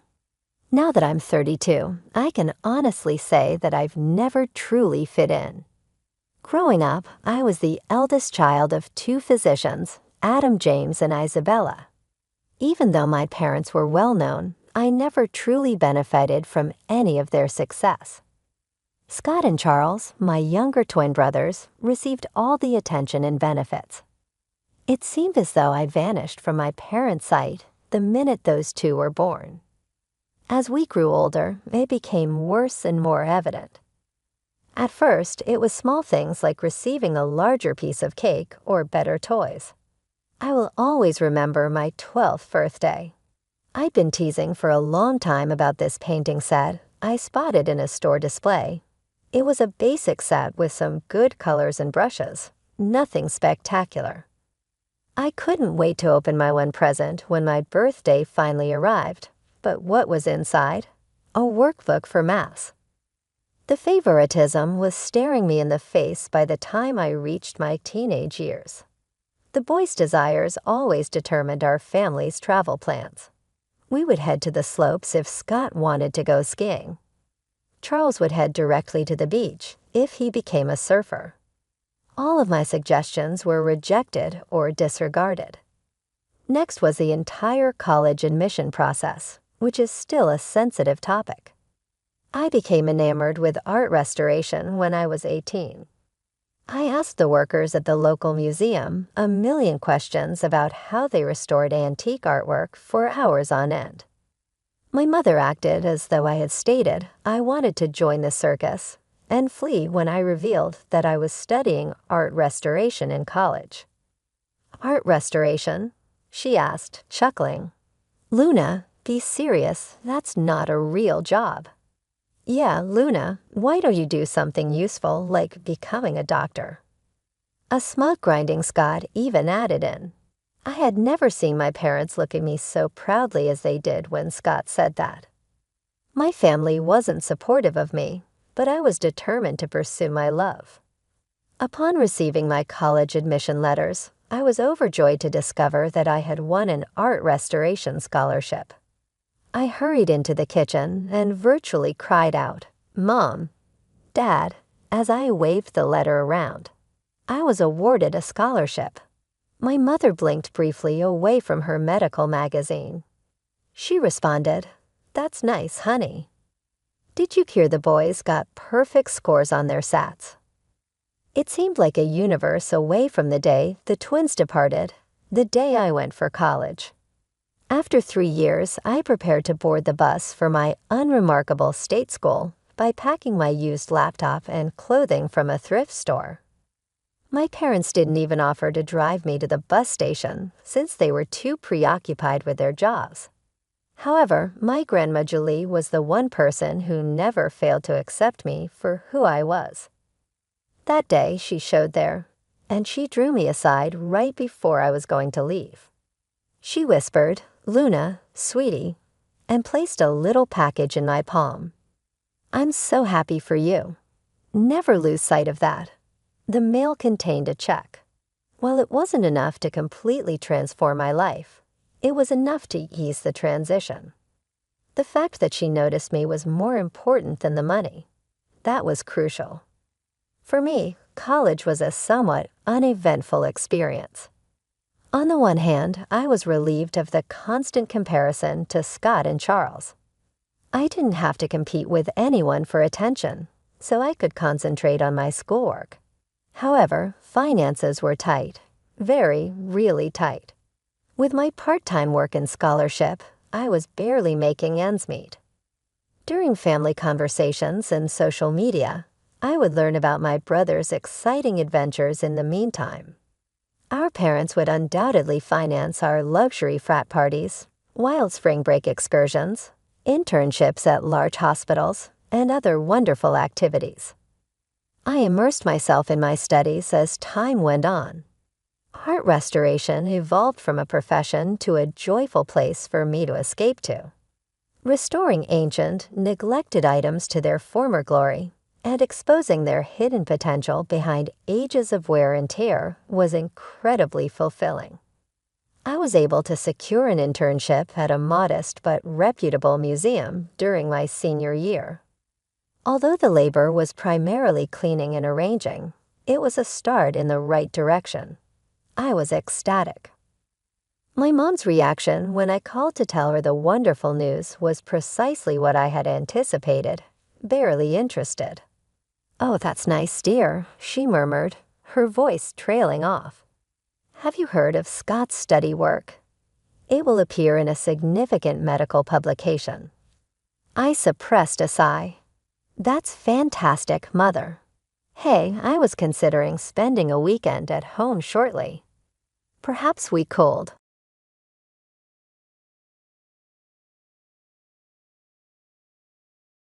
Polly here, and I'm 30 years old. 2 years into our dating relationship, my spouse and I were joined in marriage by a mutual friend. His name is Ethan. We're having a great time together, even if we haven't started a family yet. About 50 individuals work at the successful factory owned by Ethan's family. Ethan's late father started the company, and thanks to everyone's hard work and commitment, it has grown significantly. Maria, Ethan's sister, is currently in charge of the business. She is single, does a great job in her position, and probably got her flair for managing from their mother, because both of them are great communicators. Maria is really kind and inviting. Because I was up with 2 brothers, it was a welcome adjustment to feel like a sister from the moment we met. But not everything goes as planned. The plant is located near our family home, and my mother-in-law retired when my father-in-law passed away. Our coffee breaks are at 2 p.m., which I have grown to hate, but she looks forward to them. My mood always gets worse when I have to get her coffee. During these pauses, she expresses her dissatisfaction by asking why Ethan and I haven't had children yet, which is an issue beyond our control. She occasionally uses sharp language. She becomes more agitated if I don't answer, saying cruel things about how deserving I am to be Ethan's wife, and even terrible things about my parents who have passed away. When I initially met Ethan's family, there was a misunderstanding that led to this tension. My mother-in-law was obviously surprised to hear that both of my parents had died. My father from a heart attack when I was 18, and my mother from cancer when I was 18. Despite the difficulties of my upbringing, my father raised my brother and me by himself, especially because he went away before I could properly express my thanks for his efforts. I mourn him terribly. It has been difficult to navigate these familial relationships, particularly in light of my mother-in-law's criticism. But in spite of all of these difficulties, I am strengthened by my relationship with Ethan and by the generosity of some of his family, including Maria. I treasure the new family relationships I have created, and I'm becoming better at handling the more complicated ones with grace. When others hear about my upbringing, they frequently show sympathy and acknowledge the difficulties I must have had growing up without my parents. But my mother-in-law took a quite different stance. Once she said something that shocked me. "So you might not live long either, huh?" Her statements were frank and inappropriate. It was an awkward time, and my husband Ethan was as surprised as I was. Still, my mother-in-law persisted in bringing up the subject as though it were a practical one. One day, while I was struggling to figure out where I fit in the family, Maria, who had been silent up until that point, spoke out. She broke the tense mood by slamming her palm on the table. Her voice broke the tension, making everyone stop. When my mother-in-law attempted to reassure her by saying, "Are you right, Maria? Do you not agree with me?" Maria shot back a chilly gaze, asking, "What are you talking about? It's Ethan who picked Polly, and she's amazing. Why are you unable to back that?" Her mother, who respected her greatly, was taken aback by her stern and protective words, which signaled the end of her bluntly critical remarks, at least when they were said in public. Still, throughout our coffee breaks, the subtle jabs continued. I could see the disappointment in my mother-in-law's eyes when I gave her coffee, instead of Maria, when we were the only two of us. Luckily, Ethan and I didn't live with his family. Instead, we leased a place close by, saving me from being exposed to her negativity all the time, save for those few moments of time. Our brief respite from sharing a roof was cut short when our room sustained significant damage, along with many other rooms in the building, during a record-breaking hurricane. It was difficult to stay there because of the severe ceiling leak.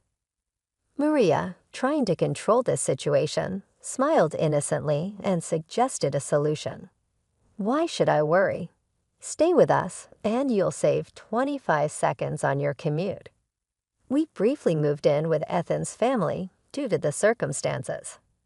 Ethan, welcome home. It must have been difficult, but Mom is glad we can live together once more, my mother-in-law said warmly, focusing largely on her son. Ethan was acting like a disobedient adolescent, largely ignoring her. Then she said, catching sight of me, "Oh, Polly, you're here too. Because you're so silent, I missed it."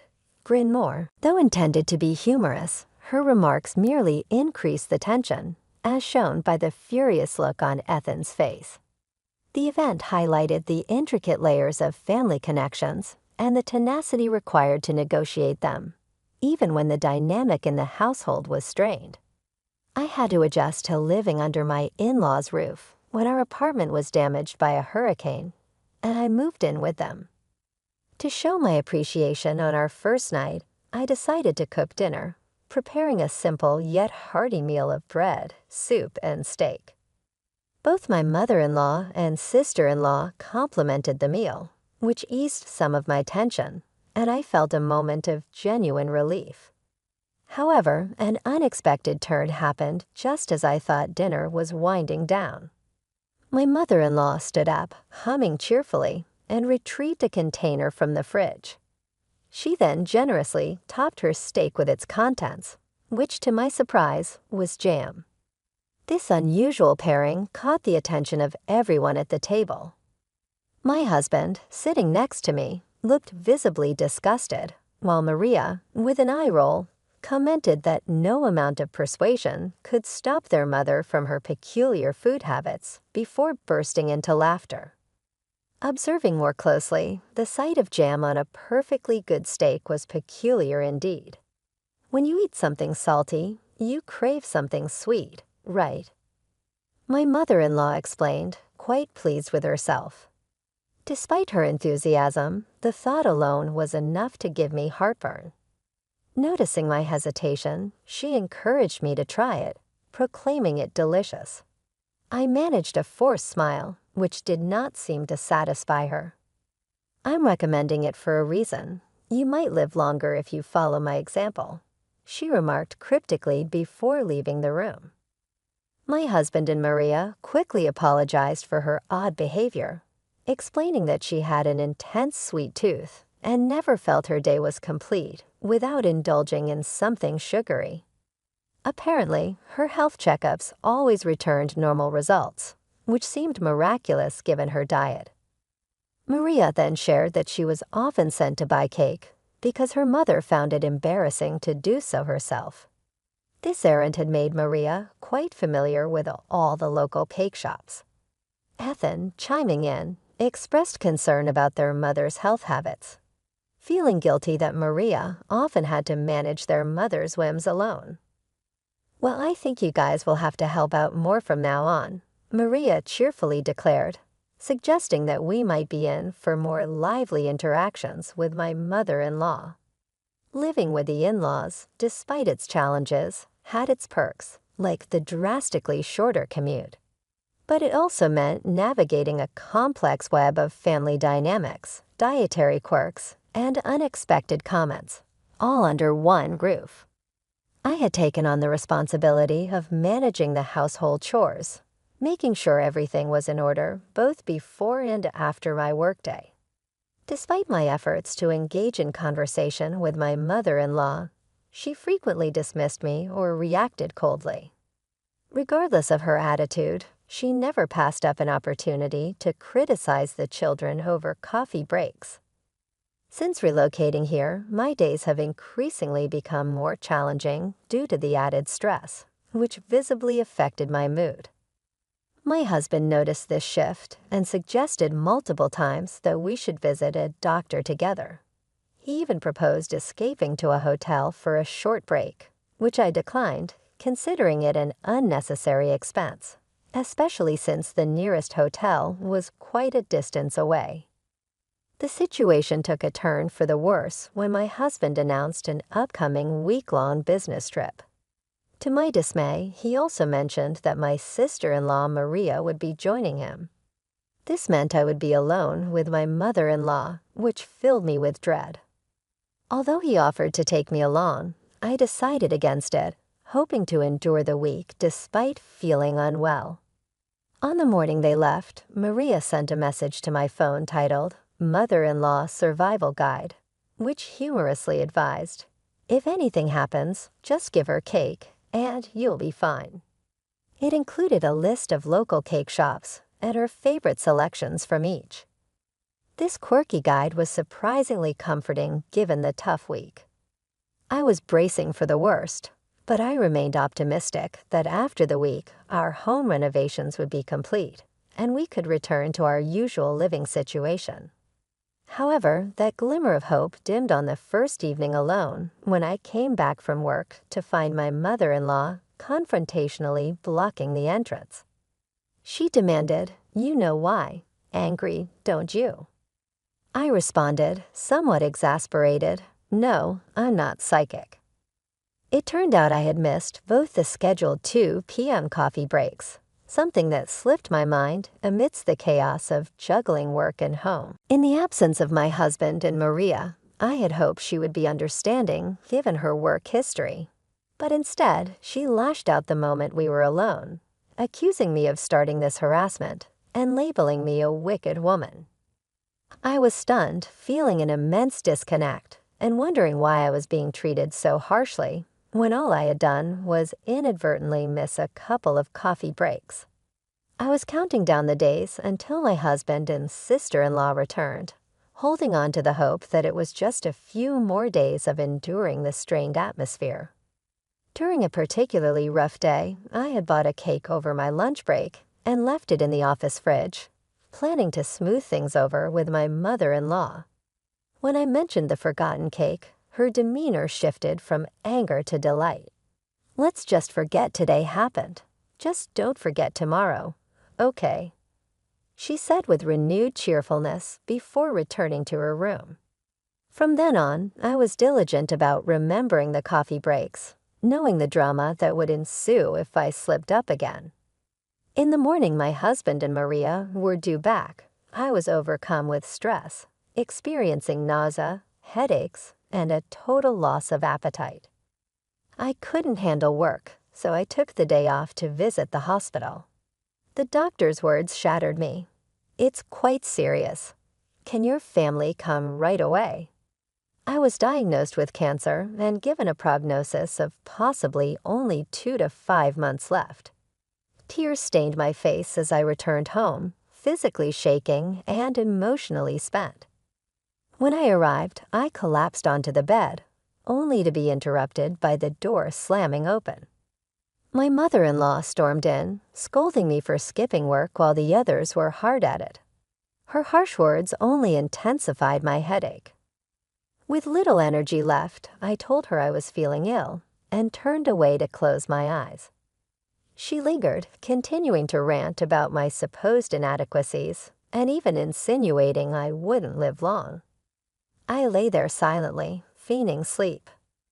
Suddenly, she demanded to know why I hadn't prepared for today's coffee break. Her insensitivity was appalling. I opened my eyes to find her hovering over me. "Grace, I'm sorry. I'm just not well enough to go shopping today. Could you please?" She cut me off dismissively, demanding chocolate cake and accusing me of faking my illness. My frustration boiled over. "Shut up. Listen to me. I have 1 month to live. Go buy your damn cake, you idiot." My words left her speechless, her eyes wide in shock. At that moment, my husband and Maria appeared, alarmed by the confrontation. "Mom, what are you doing?" "And Polly, what do you mean by 1 more month?" My husband's face was pale, mirroring Maria's concern. Ignoring the visibly shaken mother-in-law, my husband rushed to my side. His support was a sudden relief, and I burst into tears. "I can't take it anymore." I sobbed. "The doctor says it might be cancer, and I feel terrible, but she keeps nagging me to go buy cake. Enough is enough. And stop bothering me about the kids, too. Just leave me alone, you idiot." All my pent-up resentment towards my mother-in-law came pouring out as I finally voiced my anguish and frustration. As I broke down in tears, my husband and sister-in-law fixed my mother-in-law with icy stares. The thought of sending a sick person out to buy a cake seemed absurd to them. Maria, usually so cheerful, now wore a grim expression that was frankly intimidating. In this tension, my husband raised his voice, revealing something deeply personal. "You've been making mean comments about us not having kids." "Well, the reason we can't have kids is because of me," he admitted. It turned out that about a year after we got married, we saw a doctor because we were having trouble conceiving. The test showed that I was fine, but there were issues with my husband's fertility. He had been devastated by the diagnosis and frequently apologized to me, looking so forlorn. I never wanted to burden him further, so I avoided discussing children. I loved our life together, just the two of us, and never considered leaving him over our inability to have children. We had kept this private, especially from my mother-in-law, knowing she would only use it to hassle us. As my husband spoke, my mother-in-law's face seemed to drain of life. Just then, my phone rang. It was the hospital calling, and the tone was urgent. They asked us to come in immediately. The call ramped up my anxiety, and I began to cry again. "It's okay, Polly, can you stand?" "I'm right here with you," my husband said, his voice thick with emotion. Together, we hurried to the hospital. When we arrived, we were quickly ushered into a room where not only the doctor, but also the hospital director were waiting. They had shocking news. There had been a dreadful mistake. My medical records had been confused with another patient who had the same name and birth date. It was a misdiagnosis. The oversight seemed unbelievable, yet the tired expressions on the faces of the medical staff spoke volumes. This error later made local news, prompting the hospital to promise a review of their procedures to prevent such a mistake again. They referred us to another hospital for a follow-up. Back at my in-laws' house, it appeared that Maria had taken the time to reprimand my mother-in-law, who now seemed smaller, almost shrinking into her chair. Maria later confessed to me that she had been terrified at the thought of her brother potentially losing his wife. The entire ordeal had brought some harsh realities to light, and it seemed to have changed the dynamics in our family, hopefully for the better. Amidst the tears and confessions, an unexpected twist of fate transformed our emotions. When my sister-in-law Maria, with genuine concern etched on her face, asked about my well-being, I revealed, with tears of joy spilling from my eyes, "I'm pregnant." Beside me, my husband began to cry, his tears reflecting the pure happiness we both felt. We rushed to the maternity hospital as recommended, where it was confirmed early on in the visit, "Yes, you're pregnant." "We can hear the heartbeat," the doctor announced. Hearing this, we both cried even more, overwhelmed by the joy of the news. Maria, who was with us, also shed tears, expressing her relief and happiness. Following this emotional roller coaster, Maria got engaged to her long-term boyfriend and announced her plans to move to another state with him after resigning from her job. We had been aware of her plans, so it wasn't a shock to us. Meanwhile, my husband, who was about to take over as the new CEO, had his schedule packed with client meetings. The business trip, which he later explained was cut short, allowing him to return home early, was for this transition. However, my mother-in-law was completely out of the loop about Maria's life changes. When Maria mentioned her upcoming marriage and move, my mother-in-law was utterly surprised. How come? Getting hitched, giving up her work, shifting to a different state? She cried in shock. Maria jokingly reminded her, saying, "Yes, you remember what I told you." "Well, it's all settled now, so it doesn't matter." My mother-in-law was taken aback by this, but we all ended up laughing at how confused we were. When we got back home, our room looked brand new, and our previously leaking roof had been completely fixed. We joyfully celebrated the improvements, believing that a new beginning had finally arrived. Even with the renovations and the newfound happiness, things with my mother-in-law were still a little tense. Specifically, my spouse carried a resentment that was difficult to overcome. He was even more distraught than I was, saying he would never want to see his mother again. But instead of always bringing cakes to our coffee breaks, she started to occasionally bring healthy snacks like biscuits. She appeared to be making an effort to lead a healthier lifestyle, particularly since she was aware that she would become a grandmother shortly.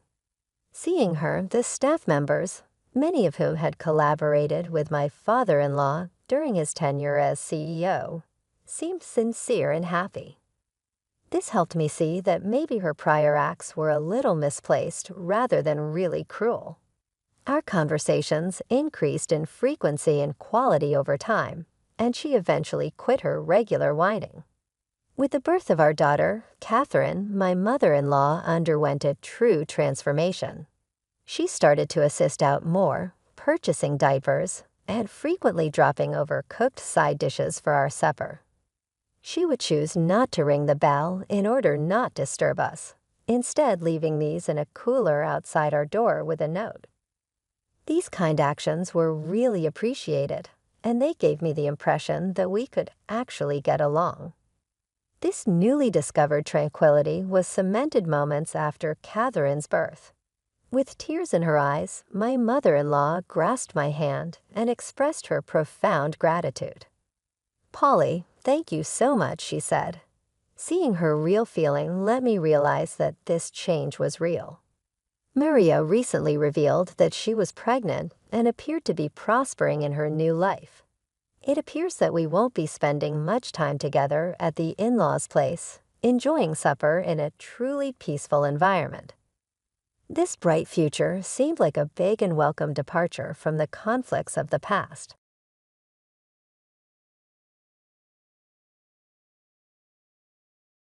Hello to all of you. I am Mia Rabe. How even should I begin? I believed I had a grip on all of my family problems, and at 31, I was excelling in my marketing position. However, everything changed when Maria, my younger sister, began organizing her wedding. I was there to assist her in organizing her ideal day, but it quickly became apparent that there would be more work involved than I had anticipated. Everything was surrounded by the shadow of our father, John. He hasn't been the same since his split. He's been having trouble, getting lost in booze, and making bad decisions. His new girlfriend, Julie, is, in my opinion, one of the worst choices. I felt uneasy about her as soon as I met her. Maria turned to face me one day while we were choosing flowers, her fear evident in her words. "Liv, with hope in her eyes, do you think Dad will actually show up sober?" she questioned. I tried to soothe her by saying, "I really hope so. For your sake, I do." In my heart, though, I wasn't convinced that hope would be sufficient. As the wedding day approached, I began to feel more like a referee than a maid of honor, always attempting to maintain order. Paul, my boyfriend, was incredible through it all. He would constantly attempt to soothe me by telling me things like, "Baby, you can't control everything." I know, I would answer, but deep down, I couldn't quit worrying. But if Dad ruins this day for Maria, I'll never forgive him. I had no idea that things would quickly turn much worse. I had coffee with Teresa, my best friend, about a week before the wedding. She has always been the sensible voice in my life, and right now I really needed her. She inquired, giving me a look that told me she already knew something wasn't right. "What's really going on with you and Julie?"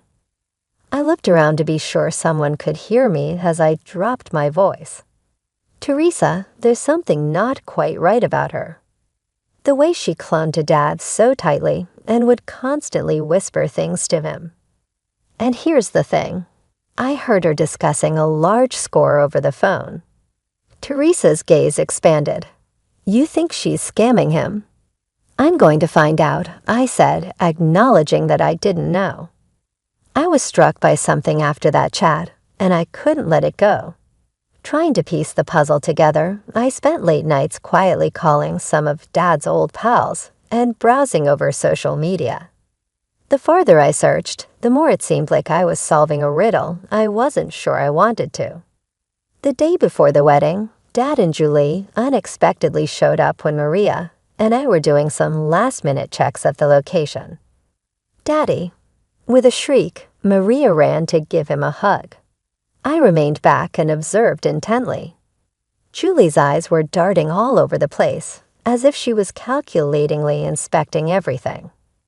But when Dad stumbled and said, "My little girl, all grown up," my heart fell. He was inebriated already. Julie looked at me smugly as they walked away together. "John, darling, let's go check out the bar." Anger shot through me, but I forced myself to control myself for Maria's benefit. Maria turned to face me, tears still in her eyes. "Liv," I stopped her in her tracks. I hugged her and muttered, "Don't worry, sis. It's all about you and Brian tomorrow. Nothing will make things worse." If only I had realized how mistaken I was. As they say, there's never a quiet moment before a big one. Our storm was building and was going to make landfall with the intensity of a Category 7 hurricane. I silently promised myself that I would always look out for Maria's happiness as I stood there hugging her tight. I didn't realize then that I would be battling for so much more than a picture-perfect wedding day.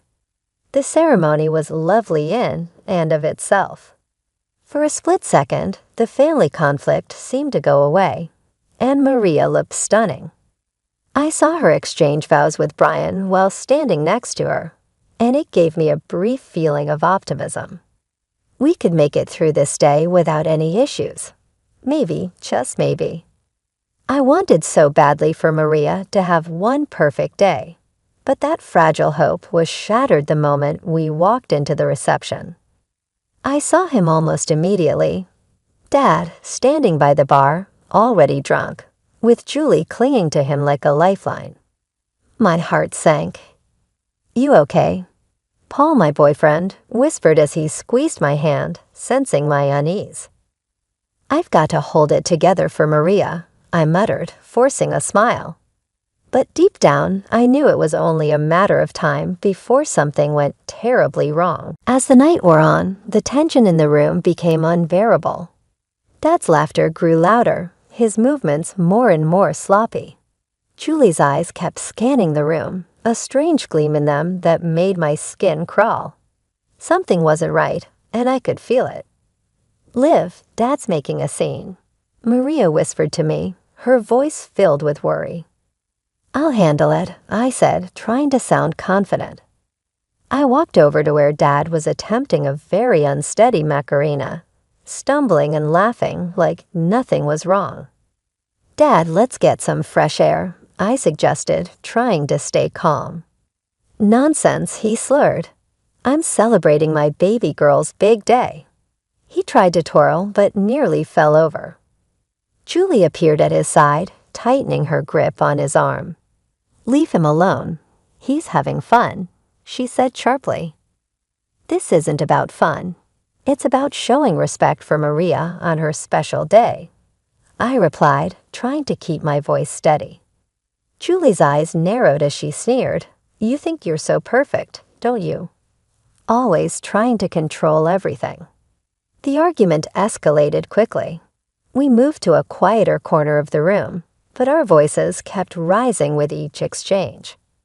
"You don't know anything about our family," I spat at her, my patience gone. "I know one thing," she hissed. "Your daddy prefers my company over yours." Something inside me snapped. "Is that before or after you drained him of his money, Julie?" I shot back, my voice trembling with anger. Her face twisted with rage, and before I could react, she lunged at me, grabbing a knife from a nearby dessert table. For a moment, everything seemed to slow down. I saw the blade glint under the reception lights, heard people screaming, and felt my heart pounding in my chest. All I could think was, I've ruined Maria's wedding. But then, out of nowhere, Paul tackled Julie, sending the knife clattering to the floor. Chaos erupted around us. Guests screamed and scattered, chairs were overturned, and the whole scene became a blur of noise and movement. Through the mayhem, all I could focus on was Maria. How had it come to this? I had promised to protect her happiness, but now her wedding day was turning into a nightmare. I saw Maria's horrified face as Brian held her back. Security rushed in quickly, restraining Julie as she screamed obscenities at anyone who came near. It was chaos. I stood there frozen as the police arrived and led Julie away in handcuffs. In that brief moment, I caught a glimpse of Dad. He looked completely lost and broken. That was when I realized things would never be the same again. The days following the wedding were a blur. Between police reports, interviews, and endless sleepless nights, I felt like I was living in a nightmare. Every little sound made me jump, and the image of Julie lunging at me, with that knife replayed in my mind over and over. Paul, my rock through all of this, held me close whenever the nightmares hit. "You're safe now, Liv," he whispered, trying to comfort me. But feeling safe seemed impossible. How could I feel safe when my own father's girlfriend had tried to stab me at my sister's wedding? How do you even begin to recover from something like that? Maria, understandably, was a wreck. When I visited her about a week after everything had happened, she couldn't even look at me. All those months of planning, she said, her voice heavy with sorrow. And for what? My wedding will always be remembered as the day someone tried to kill my sister. I'm so sorry, I started, guilt weighing heavily on me. She cut me off, shaking her head. I know it's not your fault, Liv, but still, I can't help feeling like our family is cursed or something. While Maria was dealing with her pain, Dad was in complete denial. He called me constantly, leaving voicemails that made my blood boil. Mia, sweetie, let's not blow this out of proportion, you'd say. Julie was just upset. She didn't mean any harm. Hearing him defend her like that after everything she had done was infuriating. The final straw came when he showed up at my apartment, reeking of alcohol. I opened the door to find him swaying slightly, his eyes glassy. Dad, you need to leave, I said, trying to keep my voice steady. But Pumpkin, we're family. We need to stick together, he slurred, sounding pitiful. I felt something harden inside me as I looked at him. No, Dad, we're done. I can't do this anymore. The hurt in his eyes almost made me waver, almost. But as I closed the door, I knew it was the right thing to do. Meanwhile, Teresa, my ever-determined best friend, had started digging into Julie's past. What we uncovered left me speechless. Liv, look at this, Teresa said one night, spreading papers across my coffee table. Julie's got a record. Assault, fraud, you name it. I scanned the documents, feeling sick to my stomach. How did Dad not know about this? Teresa hesitated, biting her lip. That's the thing, Liv. I think he did. The truth hit me like a ton of bricks. We found joint bank accounts, suspicious money transfers, evidence that Dad wasn't just a victim in all of this. He was an accomplice. Telling Maria what we discovered was one of the hardest things I've ever had to do. We sat together in her kitchen, the wedding gifts still sitting in the corner, untouched. I can't believe it, she whispered, tears streaming down her face. How could he do this to us? I don't even know him anymore. I didn't have an answer for her. I didn't know who Dad was anymore either. I spoke softly but firmly. We need to protect ourselves now. Maria looked at me, her expression shifted to one of determination. I'm with you, Liv, always, she replied. Despite her words, the guilt weighed heavily on me. I had exposed our father's crimes, and in doing so, I might have destroyed his life. But then again, hadn't he already done that to himself? The mix of anger, confusion, and guilt was too much for me to handle alone, so I decided to seek help. That's how I found myself sitting in a therapist's office, trying to make sense of it all. Mia, it's normal to feel conflicted. My therapist, Dr. Jacob, reassured me during one of our sessions. You've been through something traumatic. You're grieving the loss of the father you thought you knew. I stared down at my hands, feeling torn. But shouldn't I hate him after everything he's done? There's no should when it comes to emotions, she explained kindly. What's important is that you acknowledge how you feel and work through it. Working through it sounded easy, but it wasn't. Still, as I left Dr. Jacob's office that day, I felt a small glimmer of hope. It wasn't much, but it was a start. Maybe, just maybe, I could rebuild something positive from the ruins of my family's past. For months after the wedding disaster, I found myself in a place I never thought I'd be happy. Despite everything that had happened, I had a strong support system. Maria, Paul, Teresa, and I had become an unbreakable team. Our bond was stronger than ever. One night, while we were having dinner at my apartment, Maria raised her glass. To new beginnings, she toasted. And to family, the one we choose. I added, clinking glasses with my sister. The media was all over Julie's trial. It was a circus. Sitting in that courtroom, my stomach was in knots as Julie's true nature was revealed for everyone to see. Dad sat beside me, looking completely stunned as her history of crimes came to light. But the real shock was yet to come. Teresa and I had been working hard gathering evidence of Dad's involvement in Julie's schemes. During the trial, our lawyer stood up and addressed the court. Your Honor, we have documentation proving John Rabe's involvement in Miss Blake's fraudulent activities. As the legal battle continued, my personal life took an unexpected turn for the better. My career started to take off. One Sunday afternoon, my boss called me into his office. "Mia, we're promoting you to Senior Marketing Director," he said with a smile. "Your resilience and creativity this past year have been outstanding." I left his office in a daze, immediately calling Paul to share the news. "Babe, that's incredible. I'm so proud of you," he exclaimed, excitement clear in his voice. Amidst all the chaos, Maria and Brian made a beautiful decision. They decided to renew their vows. This time, it was a small, intimate ceremony in their backyard with only close friends and family. Second time's the charm, Brian joked, making Maria giggle as they exchanged rings again. Watching them, I felt a sense of peace wash over me. We were finally healing, all of us. Then the day of Julie's sentencing arrived. The courtroom was filled with tension as the judge prepared to deliver the verdict. As I sat there, I reflected on how far we had come since that fateful wedding day. We had been through so much pain and betrayal, but somehow we had made it through. We were stronger, and we were moving forward. It wasn't easy, but we had found our way back to each other. The storm had passed, and we were finally finding calm. Despite my trembling hands, I maintained a calm voice as I got up to make my victim impact statement. I started out by saying the wounds from that night are deep, but they strengthened me.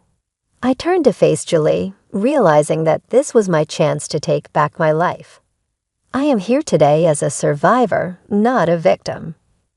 I felt closure when Julie was brought away in handcuffs.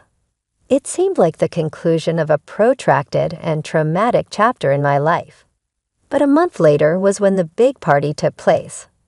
I was at my favorite restaurant with Maria, Brian, Paul, Teresa, and us celebrating my promotion and all we had accomplished together.